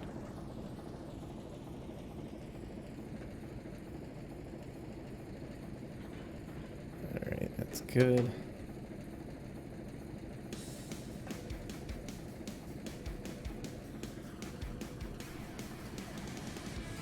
I'm kind of interested to see what is it, Train Sim World? They're coming out with an editor for their routes. I don't know. I'm just interested to see what that's even going to look like. Not that I'm going to make the switch or anything like that. This is just... This map editor is just so easy to use.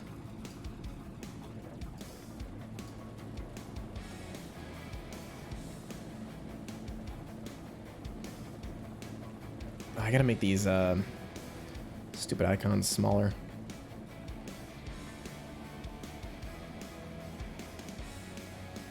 I really don't know why they made them so big to begin with.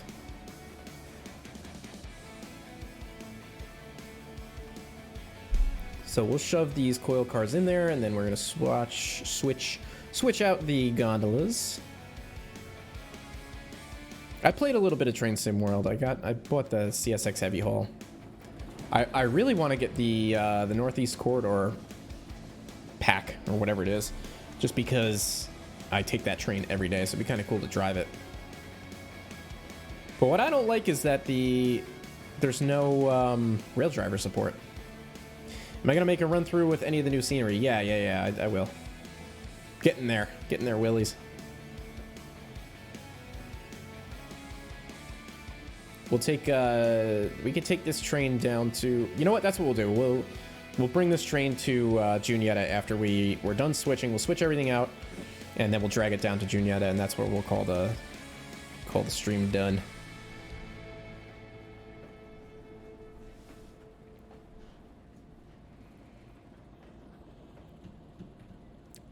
All right, catch you later, Sarge. Thanks for hanging out. Have a nice day.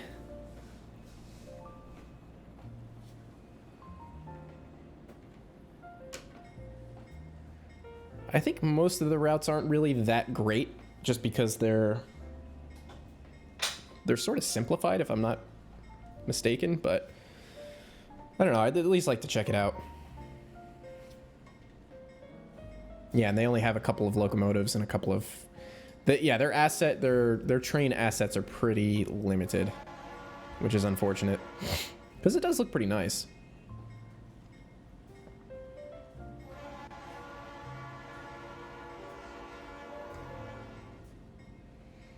I mean, really what I'm hoping for is just better looking stuff for this game. I really want to see Trainz develop much more. And I think eventually we'll get there, but we'll see what N3V ends up coming up with. All right, so we can... I'm going to cheat with this a little bit just for the sake of keeping things moving here. I'm going to...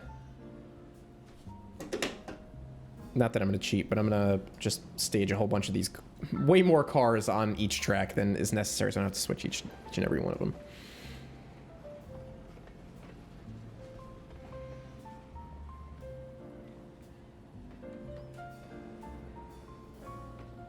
It definitely does target a different audience than this game. I'm not really sure what audience this game targets, but it's not the same audience as Train Sim World, that's for sure.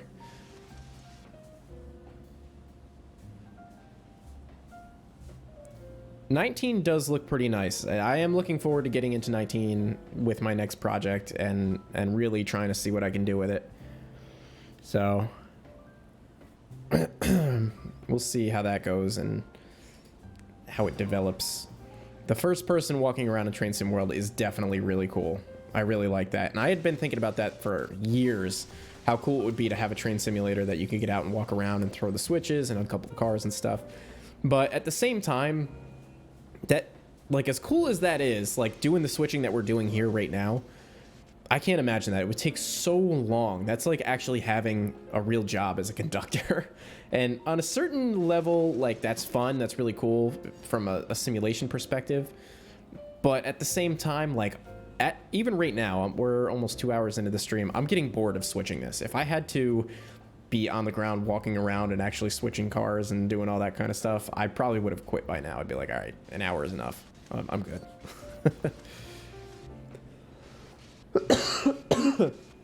I've heard a lot about Run 8 too. I would like to check that out because one of the things that I really enjoy is like dispatching trains. So I hear Run 8 is really good for that. Where did I get the coil cars? They are from RR Mods, but I don't know that they're still available. They are very, very old, and I know RR Mods has updated their website since I bought, or they weren't payware, they were free, they're freeware. But they're from a very old version of Trainz, so I don't know if they're still available or not.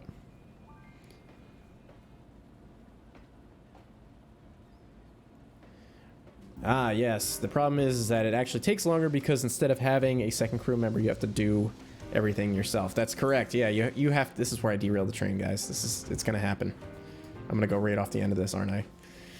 That's 100% true because you're doing all the switching, and you're driving the train, and you're walking around. You have to get, yeah. If you want to uncouple a car, you have to get out of the engine, and then do all that. Yeah, I agree.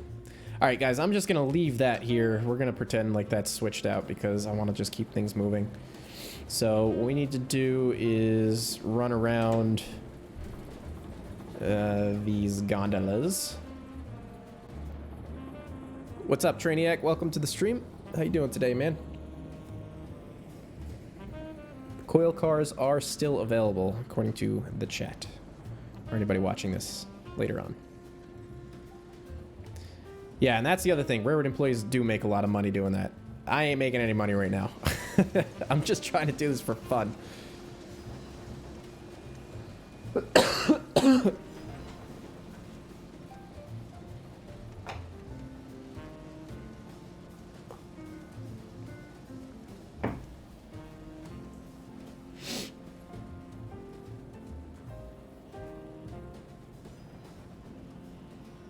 Yeah, and I don't even know, like, all that stuff in Train Sim World. Like, once you get into the locomotive, and then there's, like, all those buttons and dials, and, like, I could barely even run a train in this.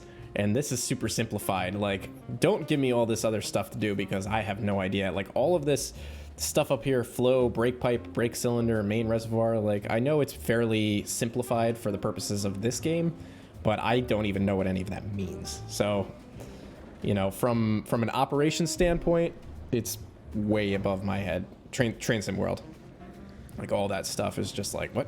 I don't know. I don't get it. And I'm not a locomotive engineer. I'm not. That's why people are professionally trained to do this kind of stuff.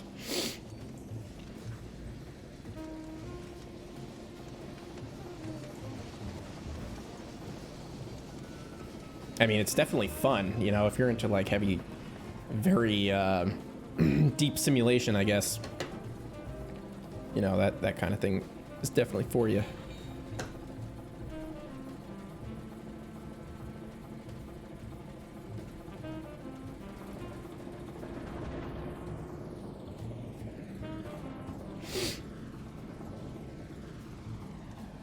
I might have to take a break in a minute. I'm gonna switch these out and then I might take a 5-minute break, or a 2-minute break. Just give my throat a little bit of a rest for a second. Go clear it out, not in the microphone. Alright, so we're gonna run around these guys.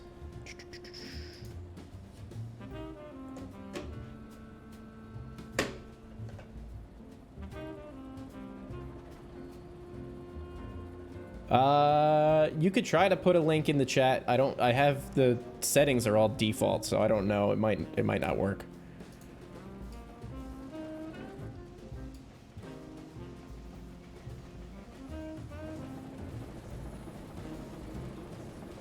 Hey, are there any mods in here? Any of my Discord mods? If any of you guys are here, Boeing or Sean or anybody, you could post the Discord link in the chat.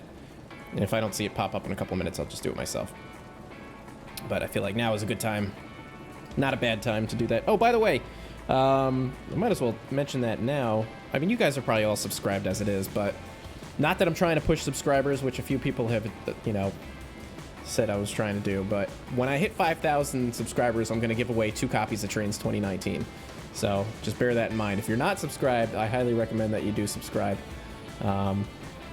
Because once we hit 5,000, I'm going to do a Trainz 2019 live stream, and I'm going to give away 2 copies of Trainz 2019.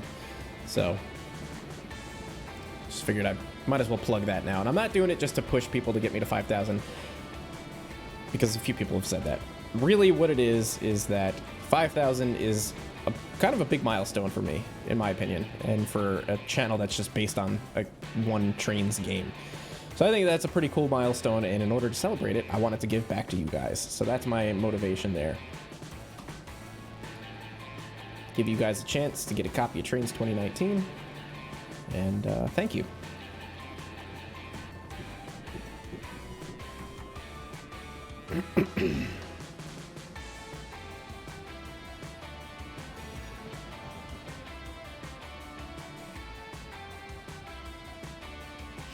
All right, let me, doesn't look like anybody is in the chat to put the Discord link in there, so I will post it in just a moment.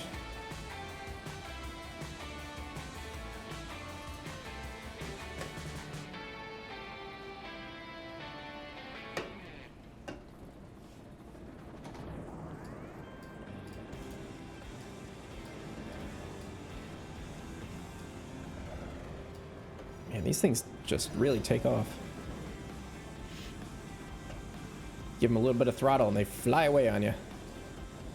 Let's go into first person cab view. I never ever play in this view. Just feels too restricting to me. I guess if I had like VR, it would be kind of neat to look around, but I don't know. I don't like having to use the mouse.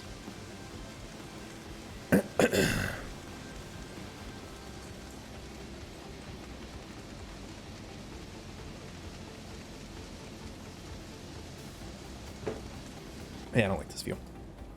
I like being able to see the world that I'm playing in.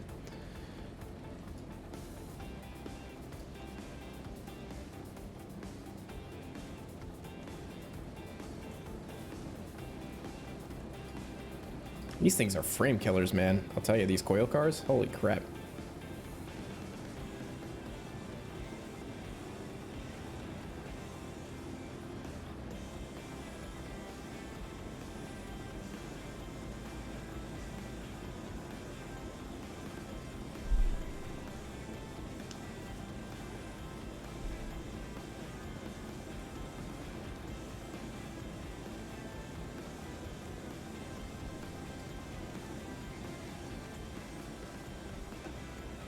Alright, let me couple up to these guys, and then I'm gonna get the Discord link, and then I'm gonna take a quick break.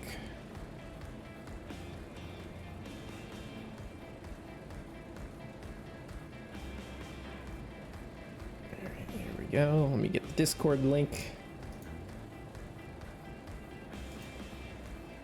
Invite people. Alright, so this is gonna expire after 12 hours.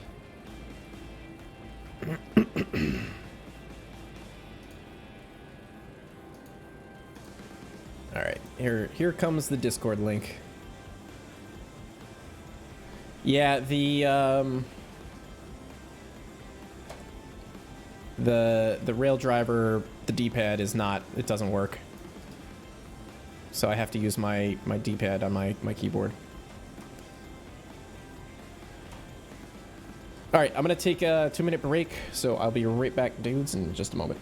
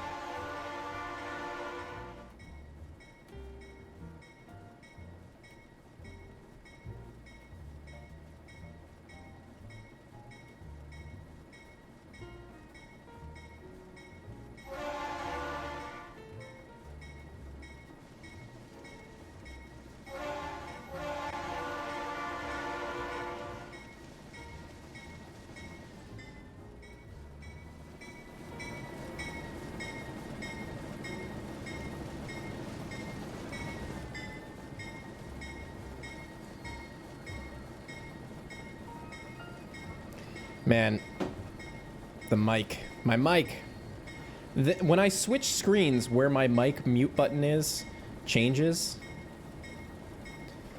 And, yeah, I unmuted the wrong mic. I'll have to assign that to my little stream deck. Sorry about that. I didn't really say anything important. I just said sorry. I was taking a break.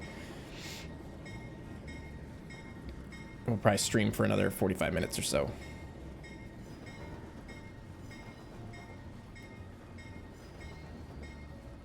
Yeah, it's kind of weird. Every time that I switch the screens in OBS, where the location of the mic mute button changes. You guys can hear me now, okay, right? Alright, so we're gonna go down this way. Yeah, I really need to just put a button on my stream deck so that it just automatically unmutes it or mutes. Really, I just need it to mute when I go to my break screen and then unmute when I leave the break screen.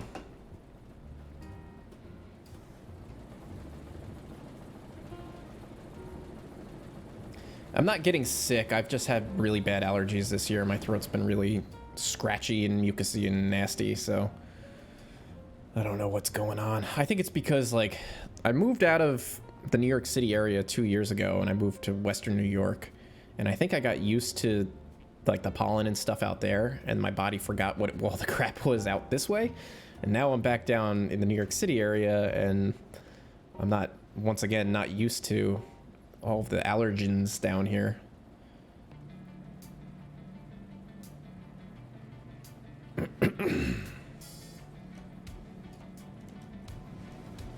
I love what this area looks like. One of my favorites, for sure. So I guess we'll use this. We'll grab the empties. We'll pull them in, pull them out, and then drop these off in there. I'm doing well today, Douglas Brown. Thank you for asking. Went for a bike ride this morning, which was not a wise decision because it was way too hot on my way back. We had to stop because I thought I was gonna faint. I was getting all cross-eyed and stuff. It was just way too hot. But now I'm in the AC, and I'm happy. So I got central air in my apartment. That's so nice to have. Never had that in my life. It's really, really nice to have it. Especially on brutal days like this. It's got to be like way over 100 degrees outside. Oh, it just emptied those. Great. All right, so we'll just we'll just grab those empties and we'll take these out with us. Why not? What's going on here? So we're not going to leave any gondolas here. Why not?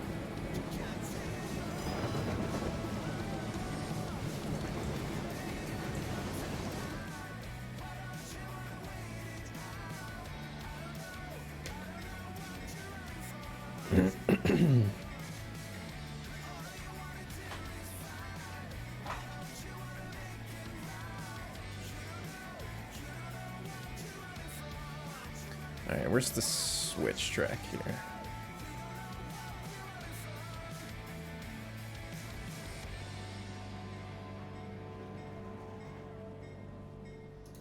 You know, I turned down... What did I turn down? Scenery detail. Let's turn that back up.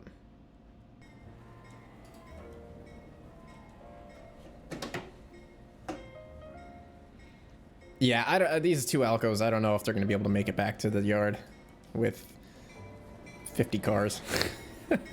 They're all empty though, so... Or no, those coil cars are all loaded, so... I don't know, we'll see. It'll be interesting. What we'll do is we'll take the... we'll take some... What do I have? GP60s and SD40s or something like that? I think that's what I have. We'll take those up to Allegheny.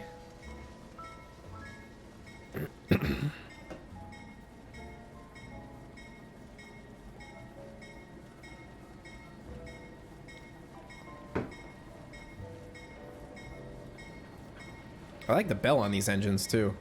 The bell and the horn sounds good. Turn off the bell though.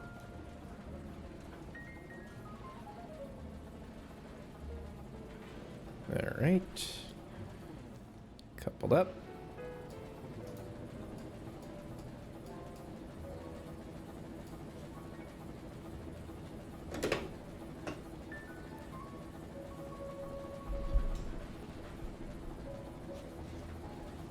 PNB might need help from a leasing company or something. Yes. You're 100% right.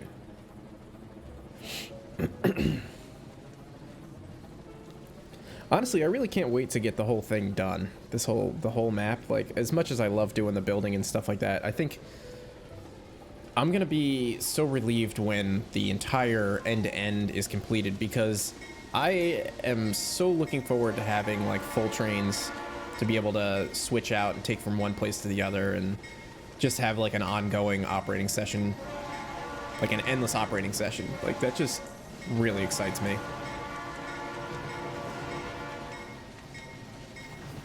That's just gonna be a lot of fun to do that. And it'd be really cool if maybe one day there is like a real, like, if multiplayer ends up, you know, becoming more of a real thing. You know, imagine what you could do on the PNB operations-wise. Somebody could be dispatching, you could have 3 different dispatchers for each yard, and then you could have a whole bunch of crews operating trains from one place to the other and switching out the branch lines and everything. You could probably have like 30 or 40 people operating on the PNB if you could get like a full-blown multiplayer session going easily. If there was like the ability to do like a dispatching role and stuff like that. Nick Bradshaw, thanks, man. Glad to hear that. Good to have you here. I always like getting comments like that. Makes me feel happy that people recognize what I do and enjoy it. Because if I told my real life friends anything about this, they just laugh at me. Nah, they think it's cool. They're cool with it. This is about to be a 3-hour PNB operation, and we've barely made a dent. We've only switched out the whatever this is, the steel mill. All right, so we're gonna need to drop this off. And I didn't even put all the coil cars in the right place. I just kind of left them. All these gondolas are from JR. I think they're all in one pack or a couple of packs. All right, so uncouple. And then we got to try to drag all this back to the yard. CM.87, $2. Thanks a bunch, buddy. Much appreciated. You're already a patron, so that's also appreciated. Thank you so much, my man.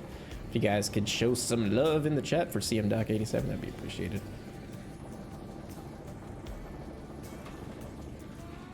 Oh, we are speeding, boy. Way over the speed limit.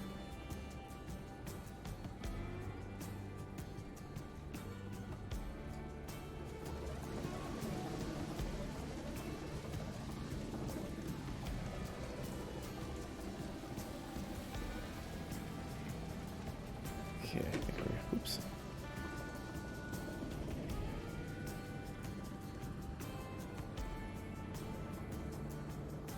Oh, we're still speeding. Yeah, I really have a hard time trying to maintain a speed these engines. Just any engines in this game. I used to just ride the brake, and then you guys yelled at me. Somebody yelled at me in the chat and was like, "No, you're gonna burn out your brakes that way." It's like, isn't that how they do it?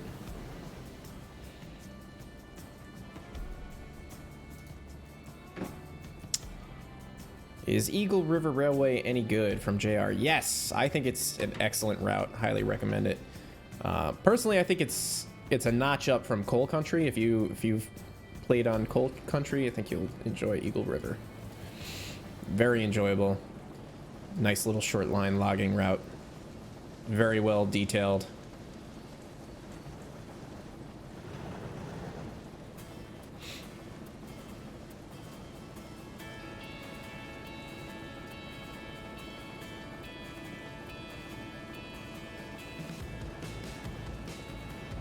What's up, Anim Sim? What's happening? Welcome to the stream. You're not too late. You've missed a bunch of back and forth switching moves, but we're gonna take a trip down the main line in a minute.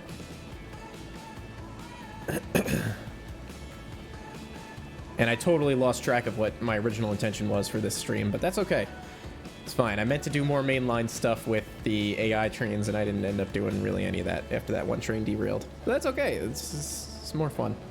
That's what I wanted to do. A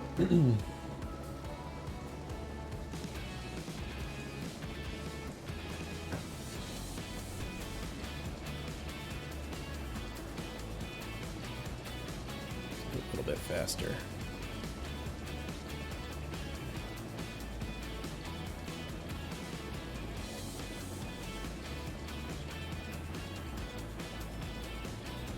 Let's see. I'm gonna ride the brake just to see if that's a better way to maintain a speed.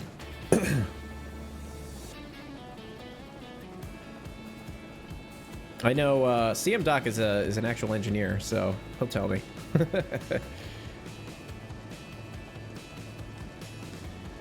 Yeah, Eagle River is definitely a self-contained route. Hey, Kevin, thanks for joining the stream from England. That's awesome. Thanks for stopping by.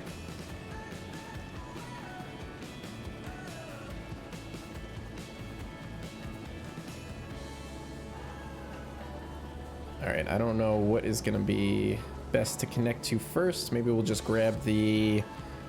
Let's see, we want the lightest stuff at the end, right? So we don't string line. So we will couple up to the coil cars first, and then the coal cars, and then the gondolas, I think is how we'll put this together.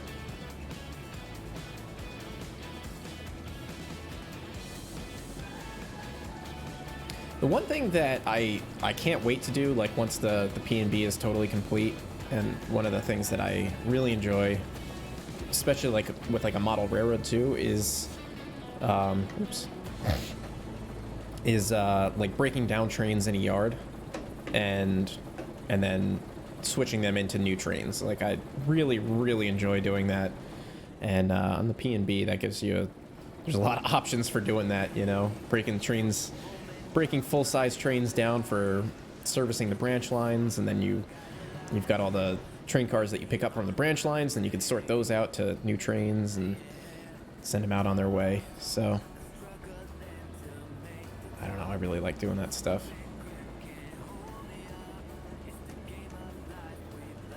Shouldn't ride the brake. Okay, yeah. Yeah, I kind of figured.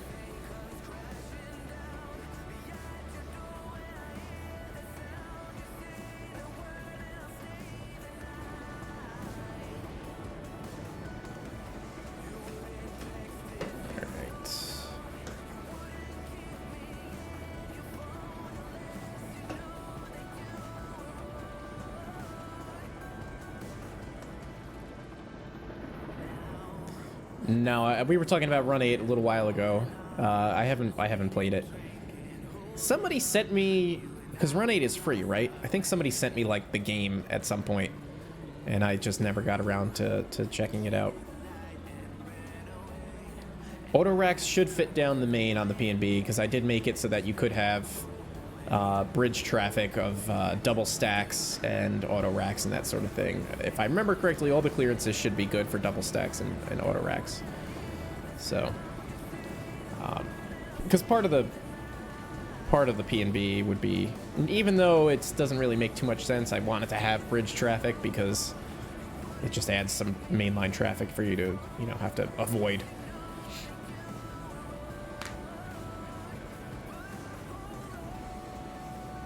Oh, so Run 8 is $50. Somebody sent me something for Run 8. Maybe it was like a database or something like that. Or maybe it wasn't Run 8. Maybe it was a different game. I don't know.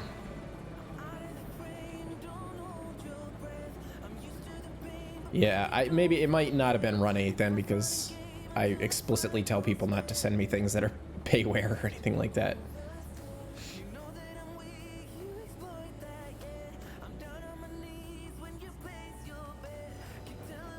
Yeah, that would make sense. By the way, don't send me payware ever. I will not take it, and you will be banned or blocked.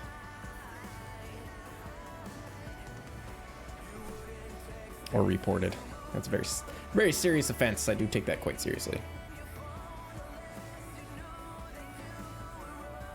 All right, let's build up this train. I mean, by the time we're done coupling it all together, we might be halfway in the yard anyway, so we don't have too far to go.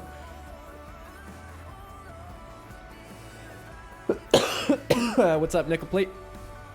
How you doing today? I wonder what the temperature is outside. I want to look really quick while we're waiting for this train to stop. 96? Where'd it go? 96. It feels like 105. That's hot. I was thinking about going in the pool after this, taking a little dip, but I bet you the water's even going to be hot.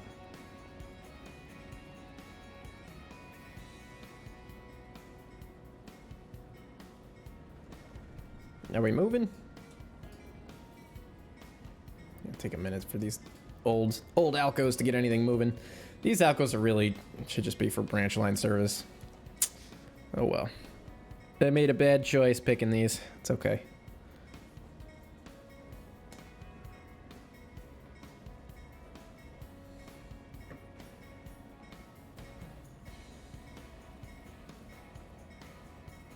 I'm just gonna let these overheat, man. I want to see what happens. They're really gonna overheat once we couple up to these things. Turn off the bell.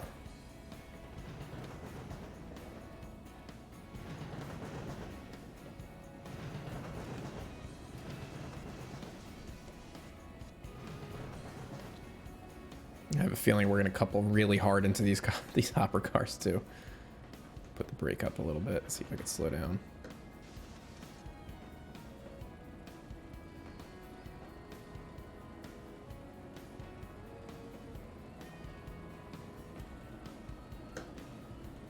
Oh, we're gonna be just short, aren't we? We're gonna be just short. Keep going, keep going.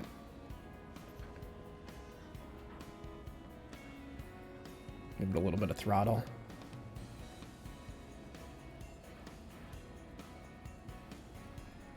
All right, we did that. All right, so now we got to get the gondolas.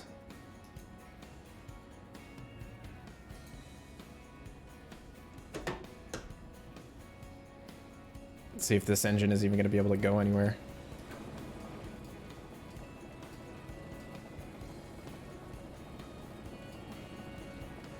Maybe some sand?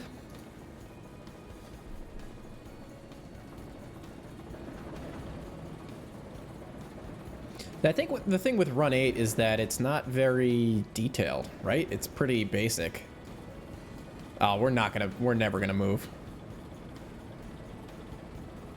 We're not gonna get anywhere with this. We're gonna have to get some engines. We're gonna have to get some helpers.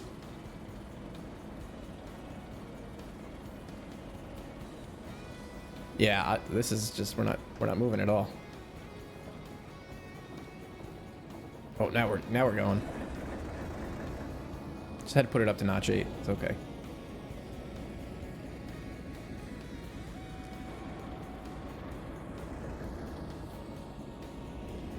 There we go.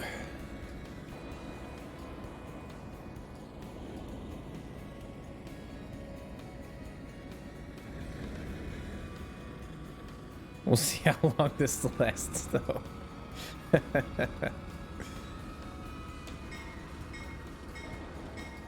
I think we're slowing down. We're going around a bend, too, so they're never going to make it. Slowing down.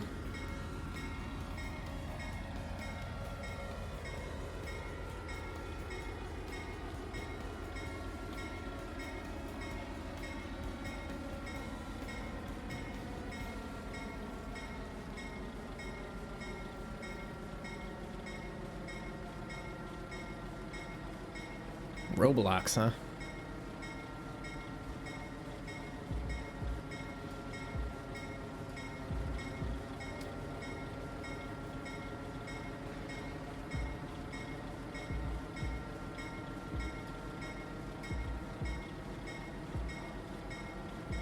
All right, I'm gonna just stop these. We're gonna put the brakes on this guy. Let's go grab.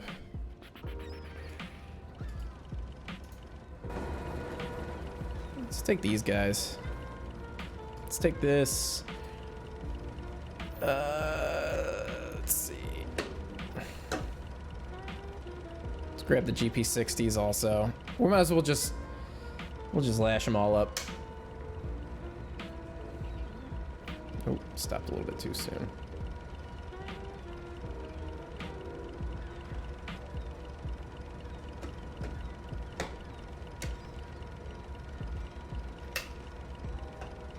I honestly, I can't remember who made this for me.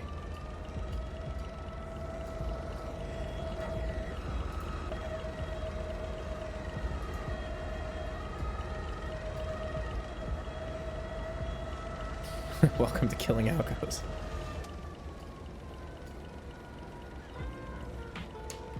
The bell is way too quiet. Can't even hear it.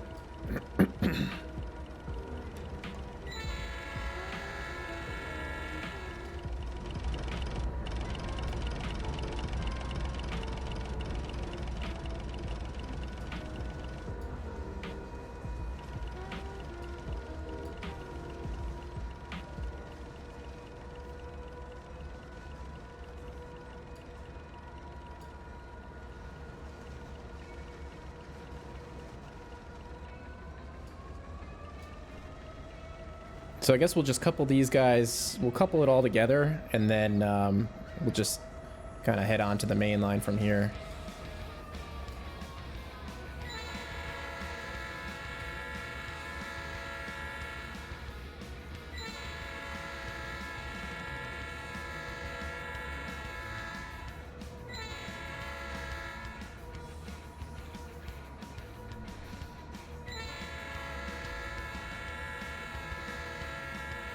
When I was making the P&B, I never envisioned any SD units being on this thing, but I'm not totally opposed to it, I guess. I don't think they would be on this branch at all because I think the 6 axles would be too much for this bend, but it's all right.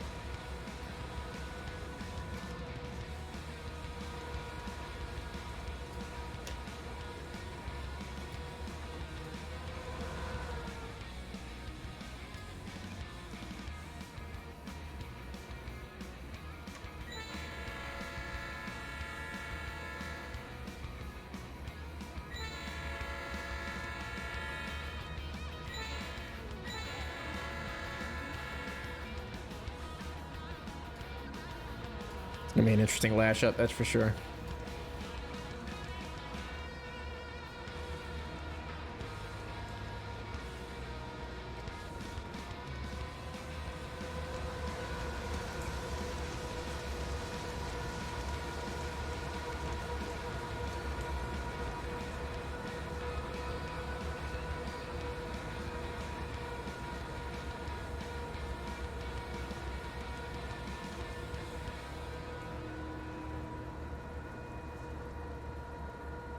Those algos look like they might as well just be on fire right now. So much exhaust coming out of them.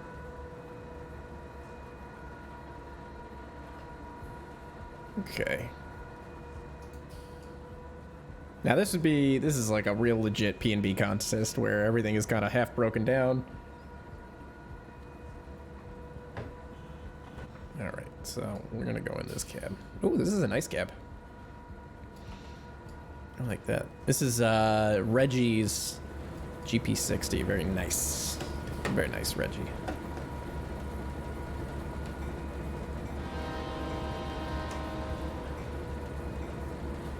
All right, so we gotta still get the... We still gotta get these gondolas.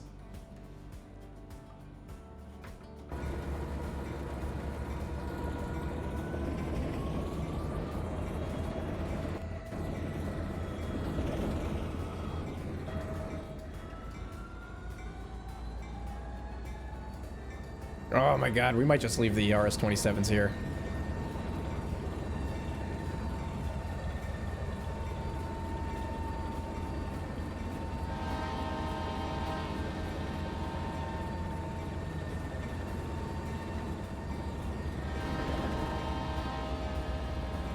Catch you later, CM Doc. Thanks for hanging out, man. See ya on the Discord chat.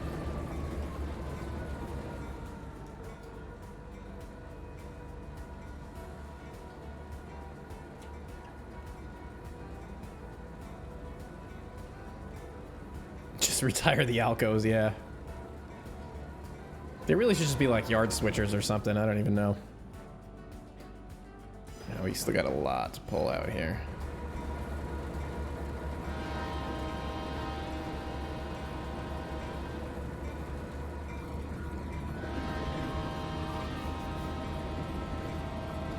I like the horn on this, man. This is nice. Well done, Reggie.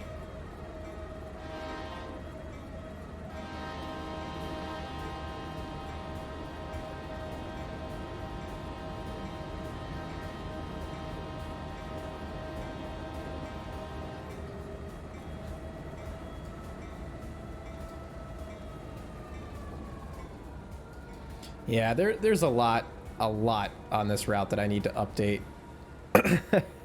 There's a lot. And I feel like this is the type of route that I'm going to be working on forever. Like, it's just going to be a project that I'm always going to be working on, I think. Which is cool. I like that. I like having some kind of like a really long-term project that you can really get to know inside and out, and like, you know, like a real basement model railroad where you know every aspect of it, every inch, how everything is supposed to operate, and then what things you want to upgrade later on, what buildings could be better, and so on and so forth. I really like that.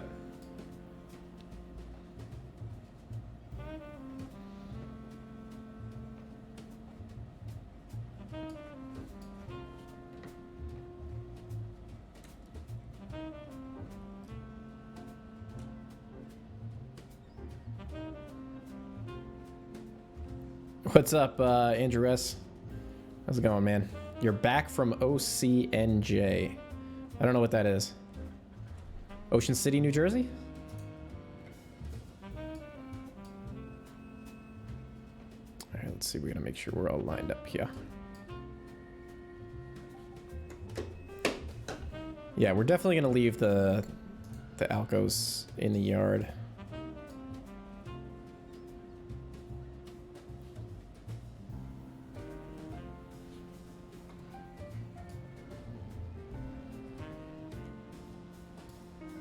Yeah, we're gonna back up all this traffic.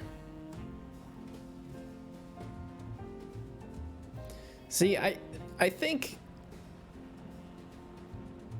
yeah, this conductor was definitely not gonna be happy. Maybe it's a 4-man crew and there's, you know, brakemen on the ground all the way back here. I was just thinking, like, if a better ways to operate this, I think it would probably be switched out in sections out of the yard, maybe with that little 44 tonner or whatever that little switcher is. You know, maybe there would be a coal drag switch job, and then, you know, another switch job that just does the coil cars and so on and so forth.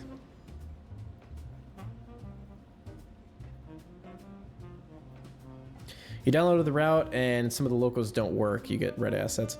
You need to make sure you get all the dependencies from jointed rail and all the dependencies off of the download station. So if in your content manager, any of the assets that are red, right click on them and select download, and it'll download the ones off of all the dependencies off the download station. And that should help you. A lot of people forget that there's always dependencies on the download station that need to be downloaded. And I get it. People kind of expect everything to just be included in the content package, just all to be like fully functional and there. But unfortunately, it doesn't work quite like that.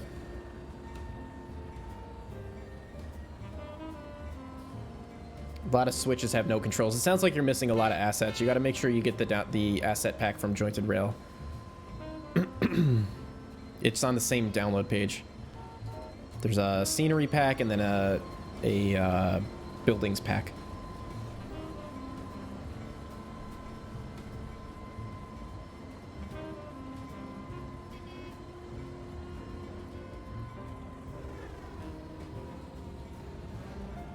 So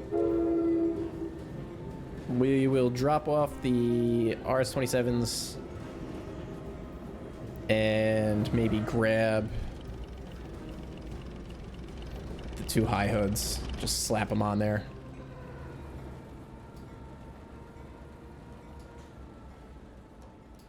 This whole space in the background there really drives me nuts that I left that blank. I just didn't know what to do with it. Big mistake. You got all of the dependencies, so it's still... Did you get everything from the download station? Because that's what it sounds like. You're missing stuff off the download station. Also, make sure that you're into the most updated version of Trainz, and yeah, also make sure that they're not open for edit. Yeah, and also make sure that you installed it into Trainz A New Era. It's not going to work for anything else.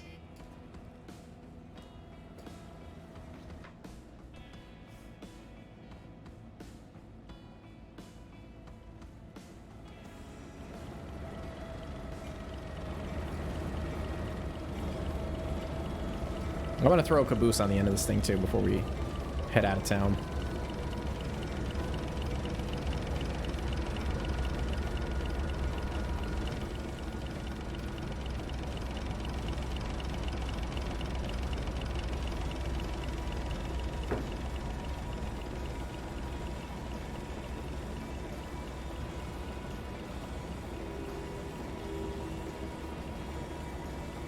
Yeah, I got New Jersey Transit. Jersey coastline is right outside my window.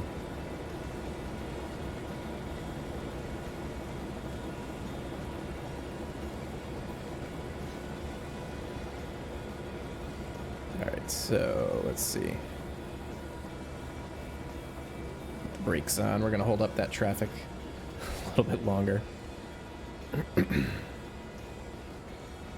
So I think we'll just disconnect from the RS-27s. We'll grab the 2 high hoods, and then we'll put the RS-27s on that track. I think it's going to be the way to do it.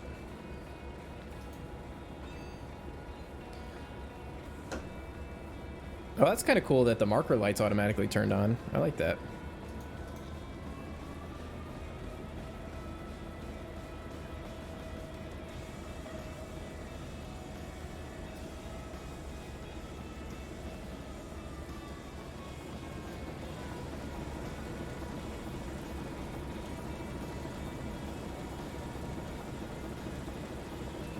No, I don't think the locomotives would work with TMR. I think TMR has a different build.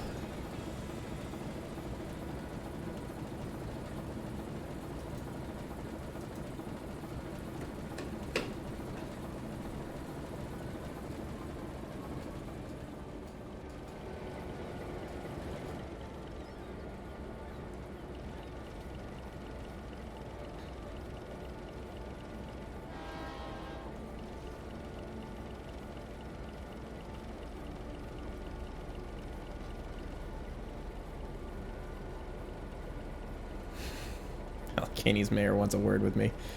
Yeah, I am the mayor. I make the rules around here. Those people are just gonna have to wait.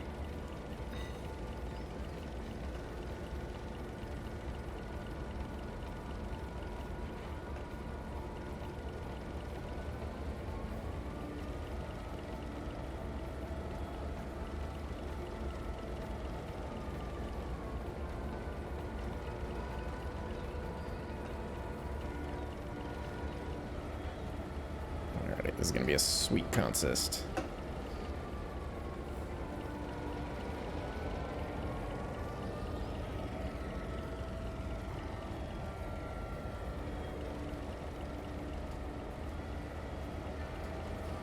So let's make sure that's there. That's good.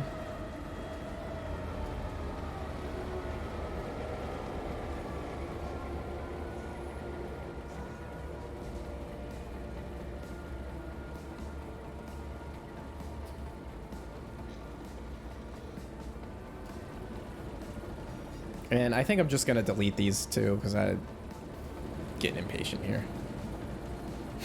I just want to get on the road.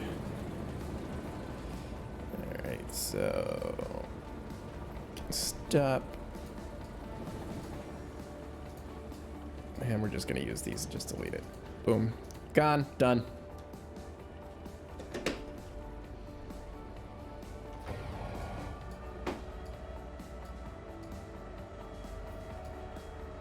What do we got? 5 engines here? Yes. Nice.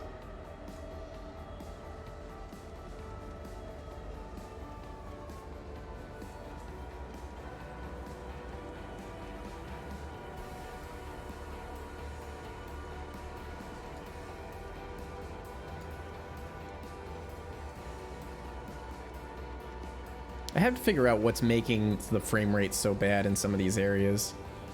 I think it's the track. If I could maybe find like a lower resolution, lower poly track to use, might be a little bit better off.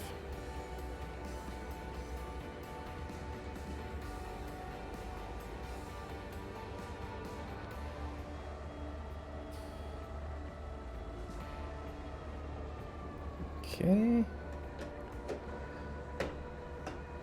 All right, let's pull up to the next, wherever we're going to next.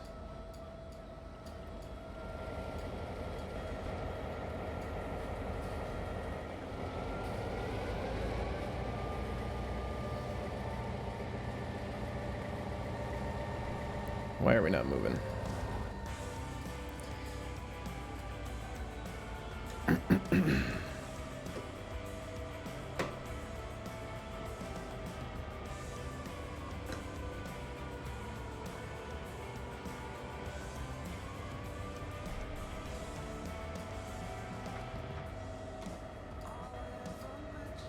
don't know what's going on here, why we're struggling so hard with all this power.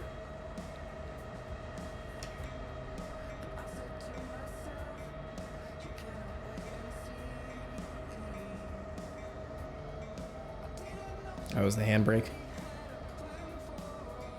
Is there a way to just is there a button to release the handbrakes? Because like that seems to be a problem that I encounter quite a bit, and I have no idea how to actually do that.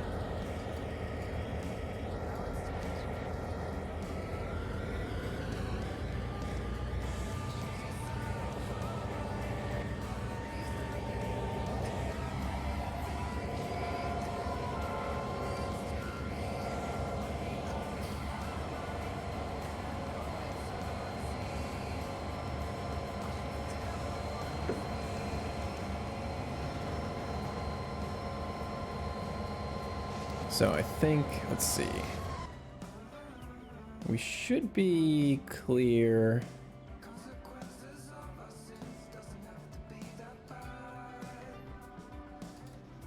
I'm gonna put us onto the main, and I think there's a train up here. There is. So what I want to do, we're gonna tell this guy, hopefully this is where I probably end up derailing the train. Let's see. 900, we're gonna send him to a portal. 900 track 2 west. Oops, let's go back. 900 track 2 west.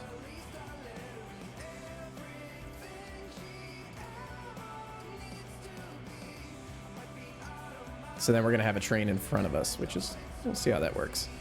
Navigate to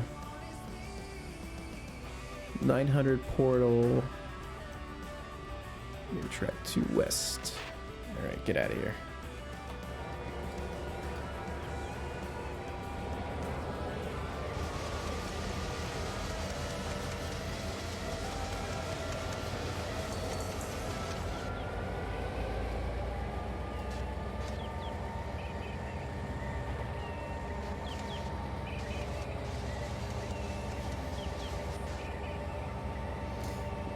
So you have to do it manually?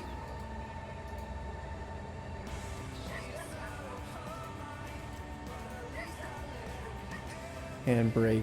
Yeah, the handbrake is off.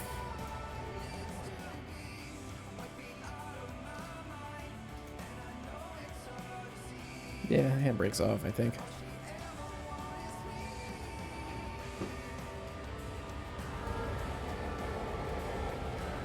All right, so we're gonna take a trip down some of the new scenic areas that Willie's has been working on for me.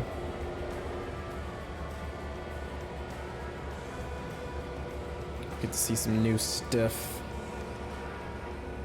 I don't know why that changed my field of view. It was weird.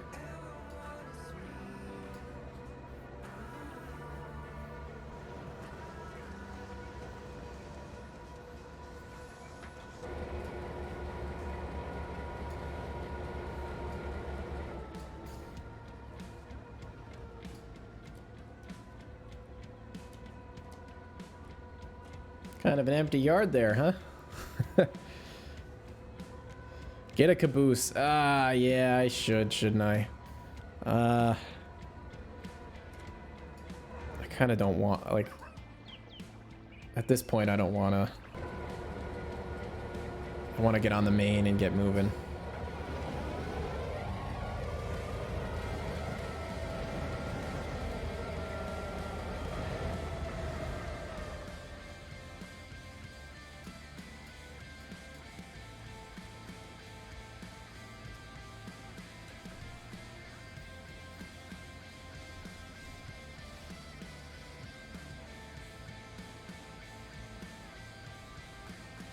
It's like all this grass on the side is all new, which is nice. Looks good.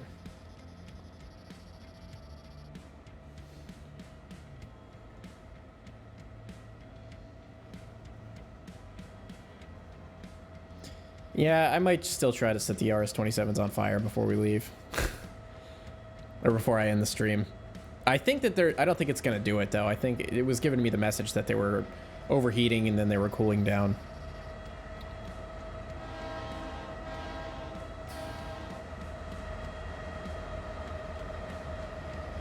Yeah, that's a nice consist right there, man.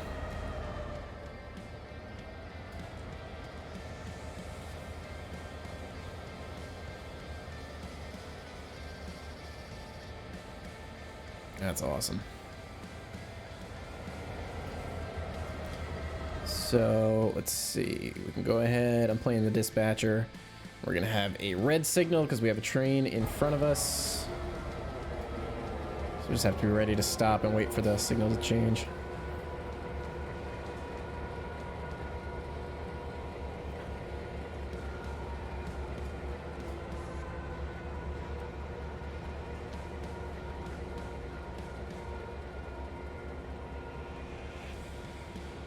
Looks good. All the striping, the gray and the orange is like right on line with each other. It's perfect. All matches. It's nice.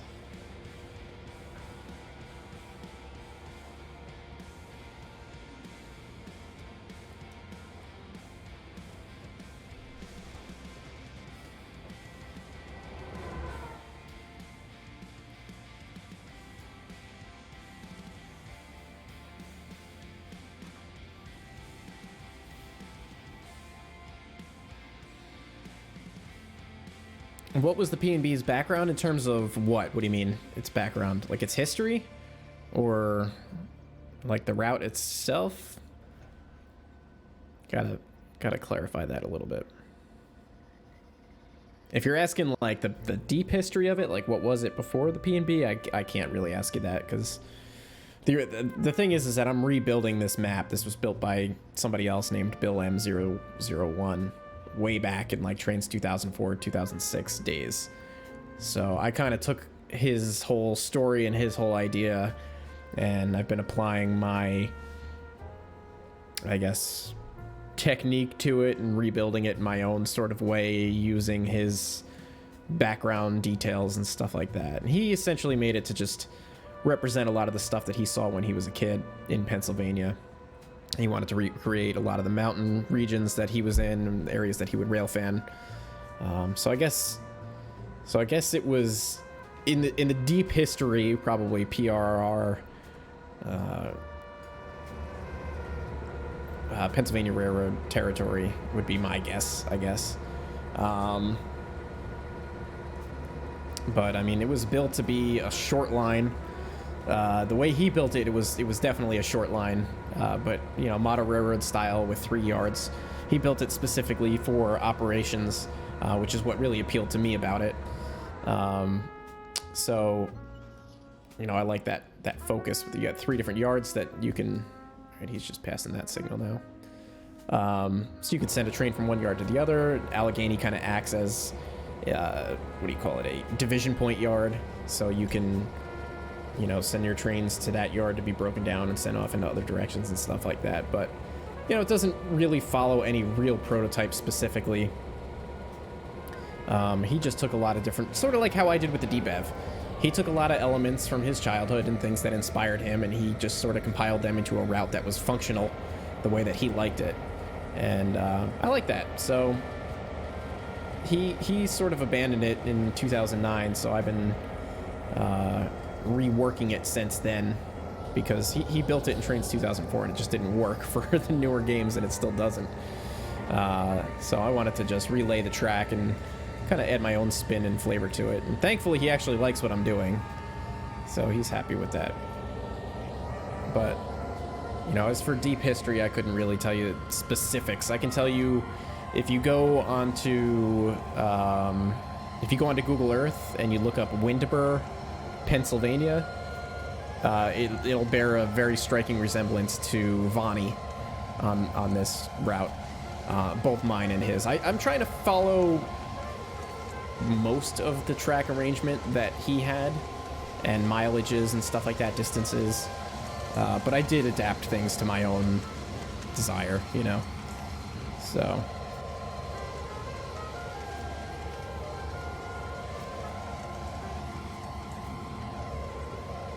So, I mean, overall, it's supposed to be, it's really you can almost picture it as like an entire rail system just compacted into like a model railroad sort of style. I expanded on it a little tiny bit. I made some of the distances a little bit bigger so that trains had a little bit more distance to travel. His route was a little bit shorter, but was very much operations focused, and that's what made that a lot of fun for me.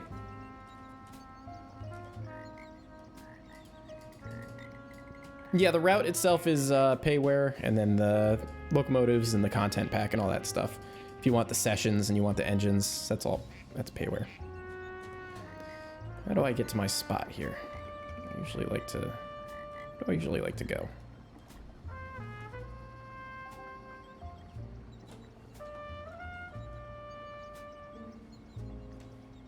I have to be somewhere in here, I think. This is like one of my favorite spots on this route, man.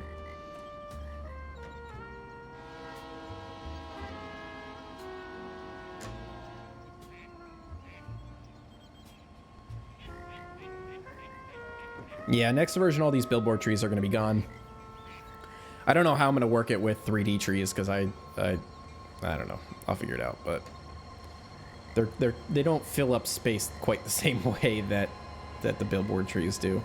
But I do want to get rid of all these billboard trees and update it a bit, bring it up to more modern standards, because admittedly, I started doing this route back in 2009 myself. So a lot of the assets that I'm still using are the same assets from a long time ago. So it's all got to get updated. And it kind of stinks, like, as you can see, you know, as I got closer as I moved from Juniata to Allegheny, the assets were already getting better and better. So, this looks great, Willies. You did a great job with this grass and stuff, man. Thank you so much. This looks so much better. Yeah, Willie's has been adding new textures, new grass, new shrubs, all that stuff. I need to see how fast I'm going.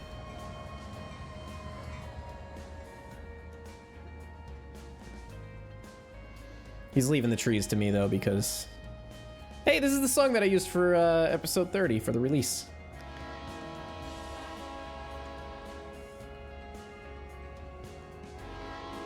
Yeah, you know, the mixture of the 3D trees and the 2D trees, it works in some cases, and sometimes it doesn't. Man, this lash up is great.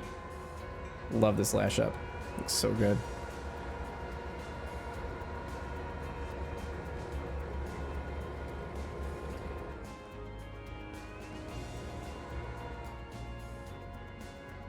Yeah, like I said, there's a lot that I could have done myself to improve it before I released it, but I don't know. I guess I definitely felt some pressure to get the thing out before it was ready, I guess. I could have taken a little bit more time, but it is what it is. It's out.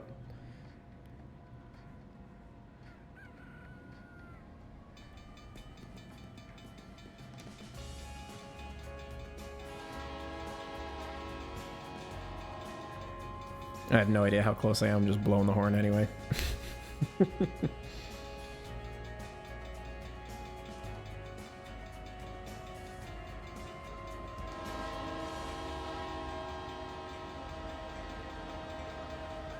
It's tough when you're route building, man, because the amount of assets that come out for this game on a regular basis, it just makes it tough to always have the newest stuff.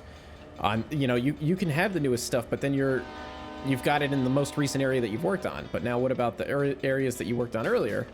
You know, now you got to go back and you got to update those. And by the time you get done updating those, then I don't know, you're back to where you started. You know, and new assets came out. Now you got to update the other section. You could spend forever just updating assets.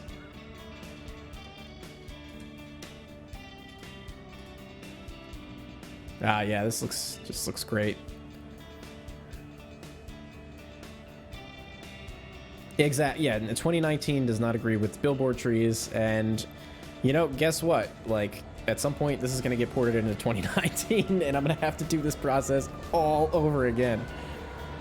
So I can update it to the best assets that I can for Trainz, and then, you know, I'm going to have to port it into Trainz 2019, and then I'm going to have to do that all over again. Like, all these textures are going to have to be redone.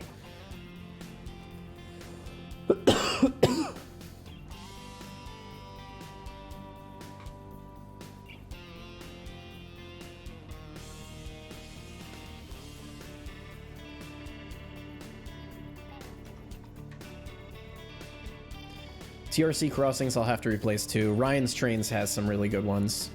And I think through JR we have permission to distribute them, so those will definitely be updated. But TRC right now is also broken in Trainz 2019, so, you know, there's that too.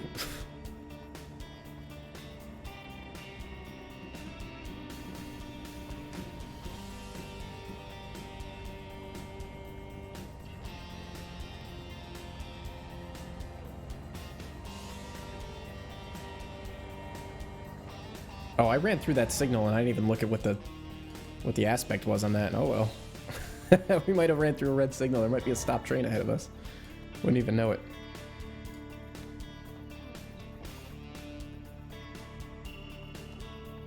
It's alright, we'll be fine.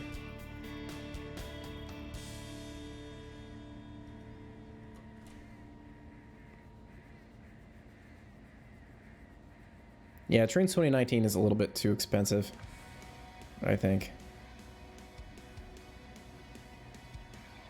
Yeah, I mean, even a model railroad too, like you'd be contending with the latest and greatest models and stuff like that. You know, if you built a HO layout in the 1970s, like, or 80s, the types of buildings and structures and stuff like that that you've got on there are not going to be able to measure up to what's available today. So, of course, you would, if it was me, I'd want to update it to the newest stuff too, and that would take time.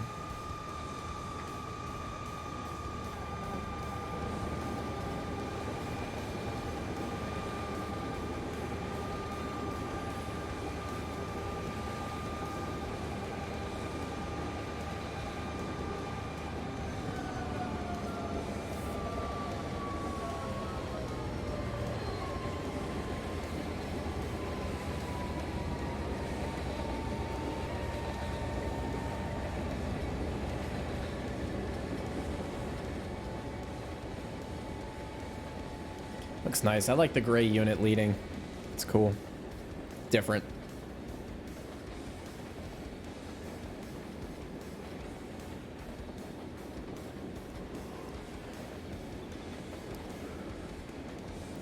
A route with steep grades and tight curves. No, I've never really thought about that. I mean, the debev, I kind of dabbled in that a little bit.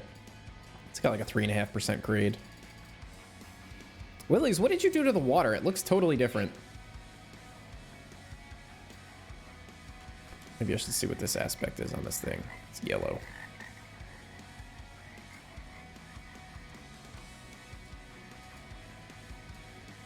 Train is way down there. I'll be waiting forever. But yeah, no, I don't know about steep grades and tight curves. Like, what would that route even be?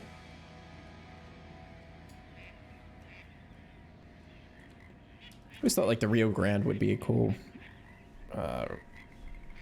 prototype to model.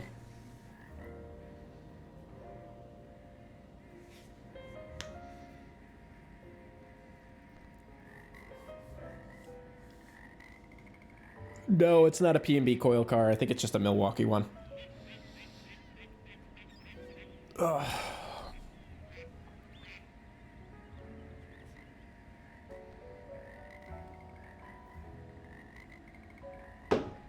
watch my speed.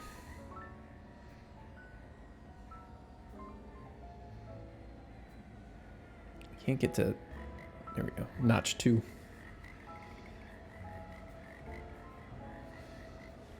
Now you changed the region and the environmental settings. Okay.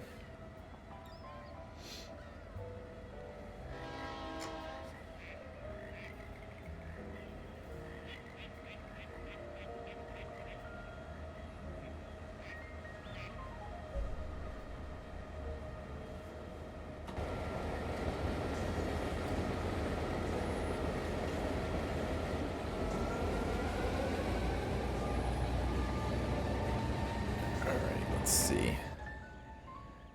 Kind of want to poke around a little bit. I might... This is getting kind of late here, and I wanted to go to the pool.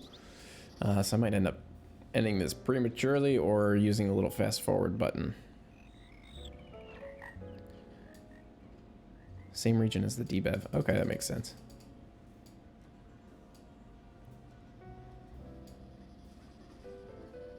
Got our tanker train headed up to Junietta.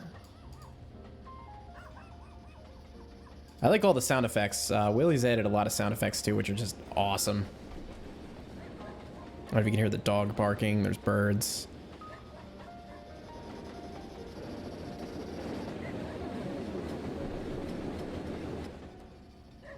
Oh, let's see if we could see the automatic AI horn thing. Let's see if we can see that in action.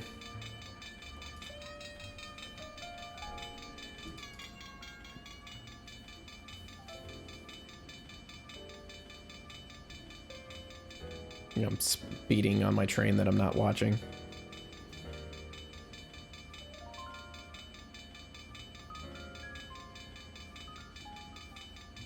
Really? Oh, there he goes.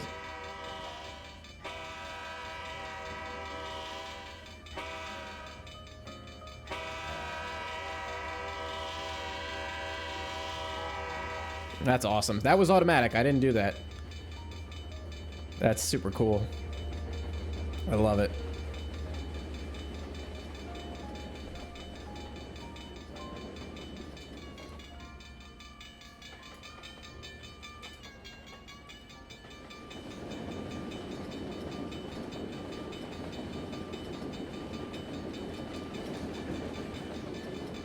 All right, I'm gonna just, for the sake of time and my sanity, what is C-car system?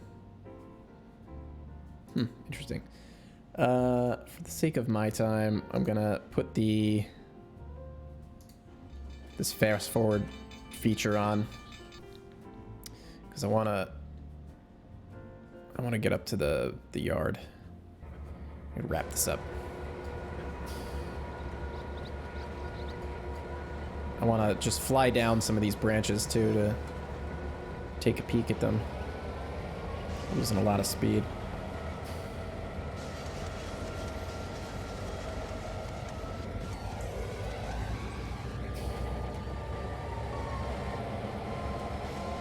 Are we gonna stall out here? What's going on?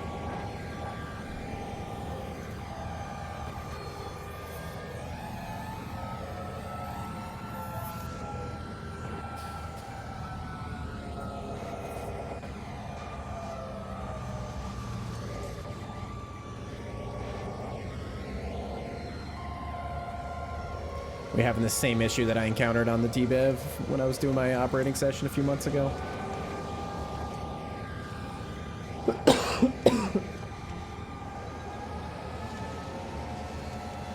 Got wheel slip going on, of course.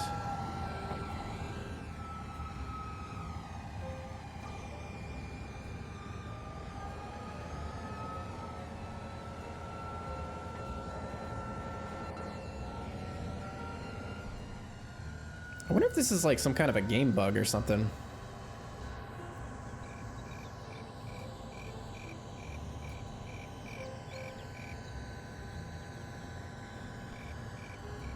Or maybe it's just my fault for not paying attention and running into this grade. Oh, come on, wheels slip. Work with me here.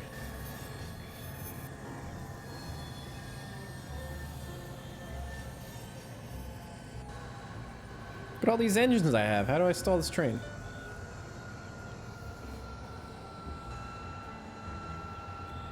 I got the sand going.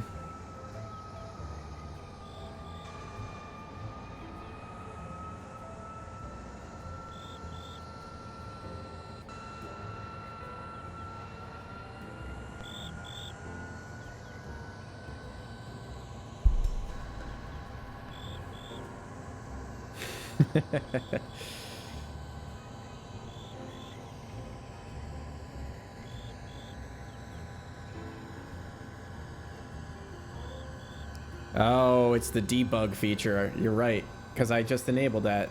Let me turn it off and see what happens. I just turned that on. I didn't have problems until I turned that on.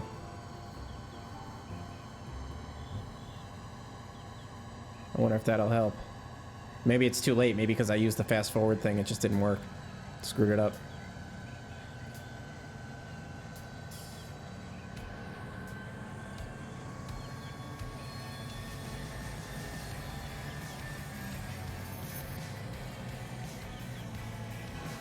All right, well, I'll tell you what. Let's just, we're not going to make it.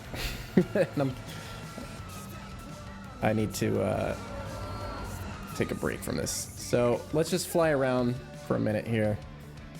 Willie says that he did some work on the branch lines. So let's just take a peek at them. Let's see, where... I think he did Mill Creek, so let's fly up that.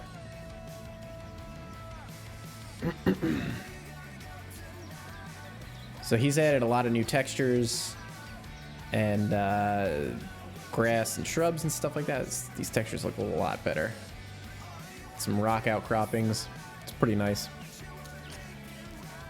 I like all the sound effects too. I don't know if you can hear it over the music. Alright, let's just do a quick skim and then I'm gonna wrap up this stream. Oh yeah, this looks so much better. I don't know why I just, for some reason, didn't use a lot of spline grasses when I was building this. And it really makes a big difference.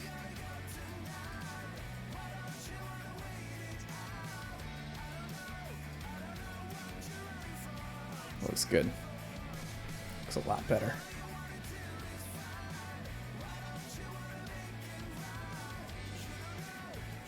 Let's keep going. I think he did some work on this bridge here. This looks nice. Oh, is that actually water back there now too? I don't think I had that there. Looks good. Sound effects are good. I like that.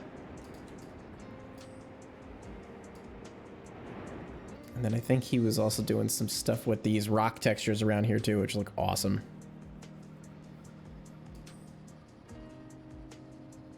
Yeah, these rock cuts look a lot better.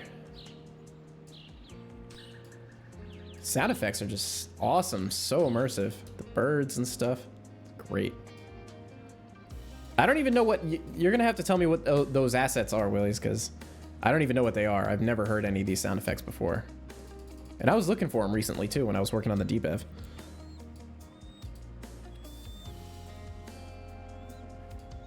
Some nice rock outcroppings here.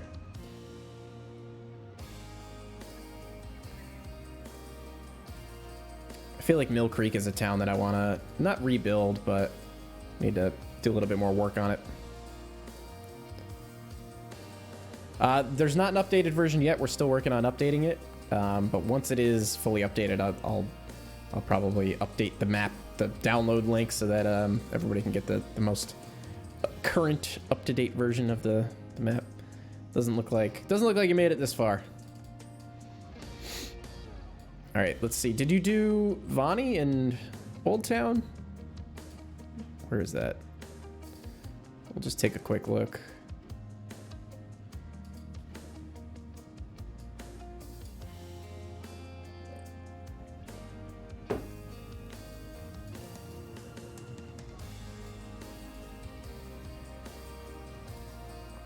Yeah, with the newer trees and stuff like that, it's gonna look like a million times better. You didn't go into Mill Creek, didn't think so.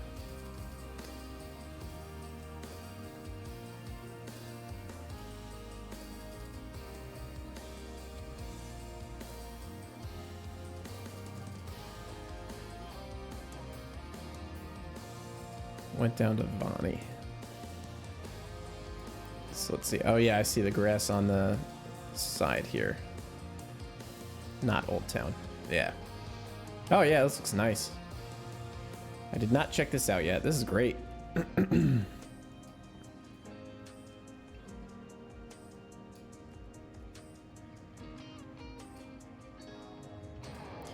Now 39. I hope you're not just joining because we're going to wrap this up in a few minutes. Like I've been streaming for 3 hours and 10 minutes now. My voice is starting to get raspy. Yeah, this looks a lot better.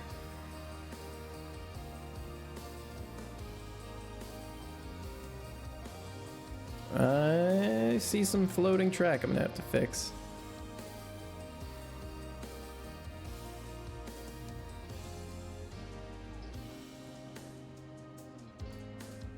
Yep, new textures here. That looks a lot better. Yeah, you were working on this like probably when I was messaging you like, all right. Oh yeah, this looks a lot better. I can't wait to get rid of these trees. Oh my god. Yeah, this is cool. I like this big rock face. I gotta change out these roads eventually too. I don't know how far into town you got.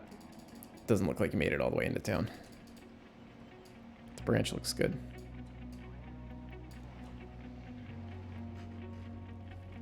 And I guess we'll just go over to Juniata. Did he already pass through there? Yeah, he did. Just take a quick peek here. We saw this at the beginning though.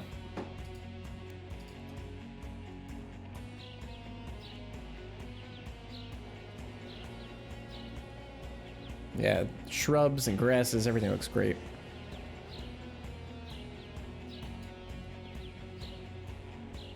I'm gonna have to replace these buildings with something else. Or maybe there's an updated version of them or something like that. Because they're good buildings, like in terms of their size and what they are. It's just they're pretty bland. There's no weathering on them. The colors are flat. You know, they could be a lot better. Looks good. Let's fly up here. Oh, this guy is stuck. Yeah, so I am missing for some reason, some signals or something like that. There must have been just like a change in the KUID or something like that between what I have and what Willie's has, but I'll get that fixed.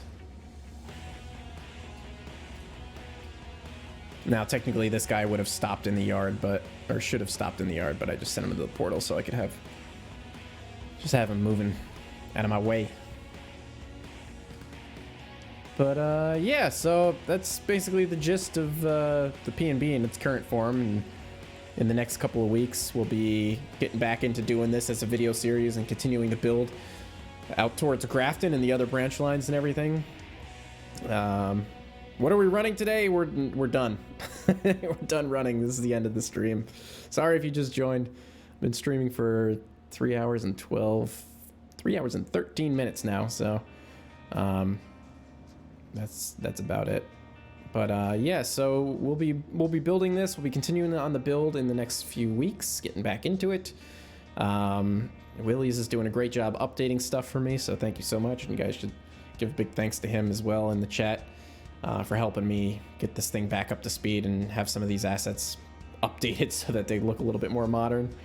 But yeah, that's gonna do it for today, guys. I'm gonna go jump in my pool for a little bit and cool off.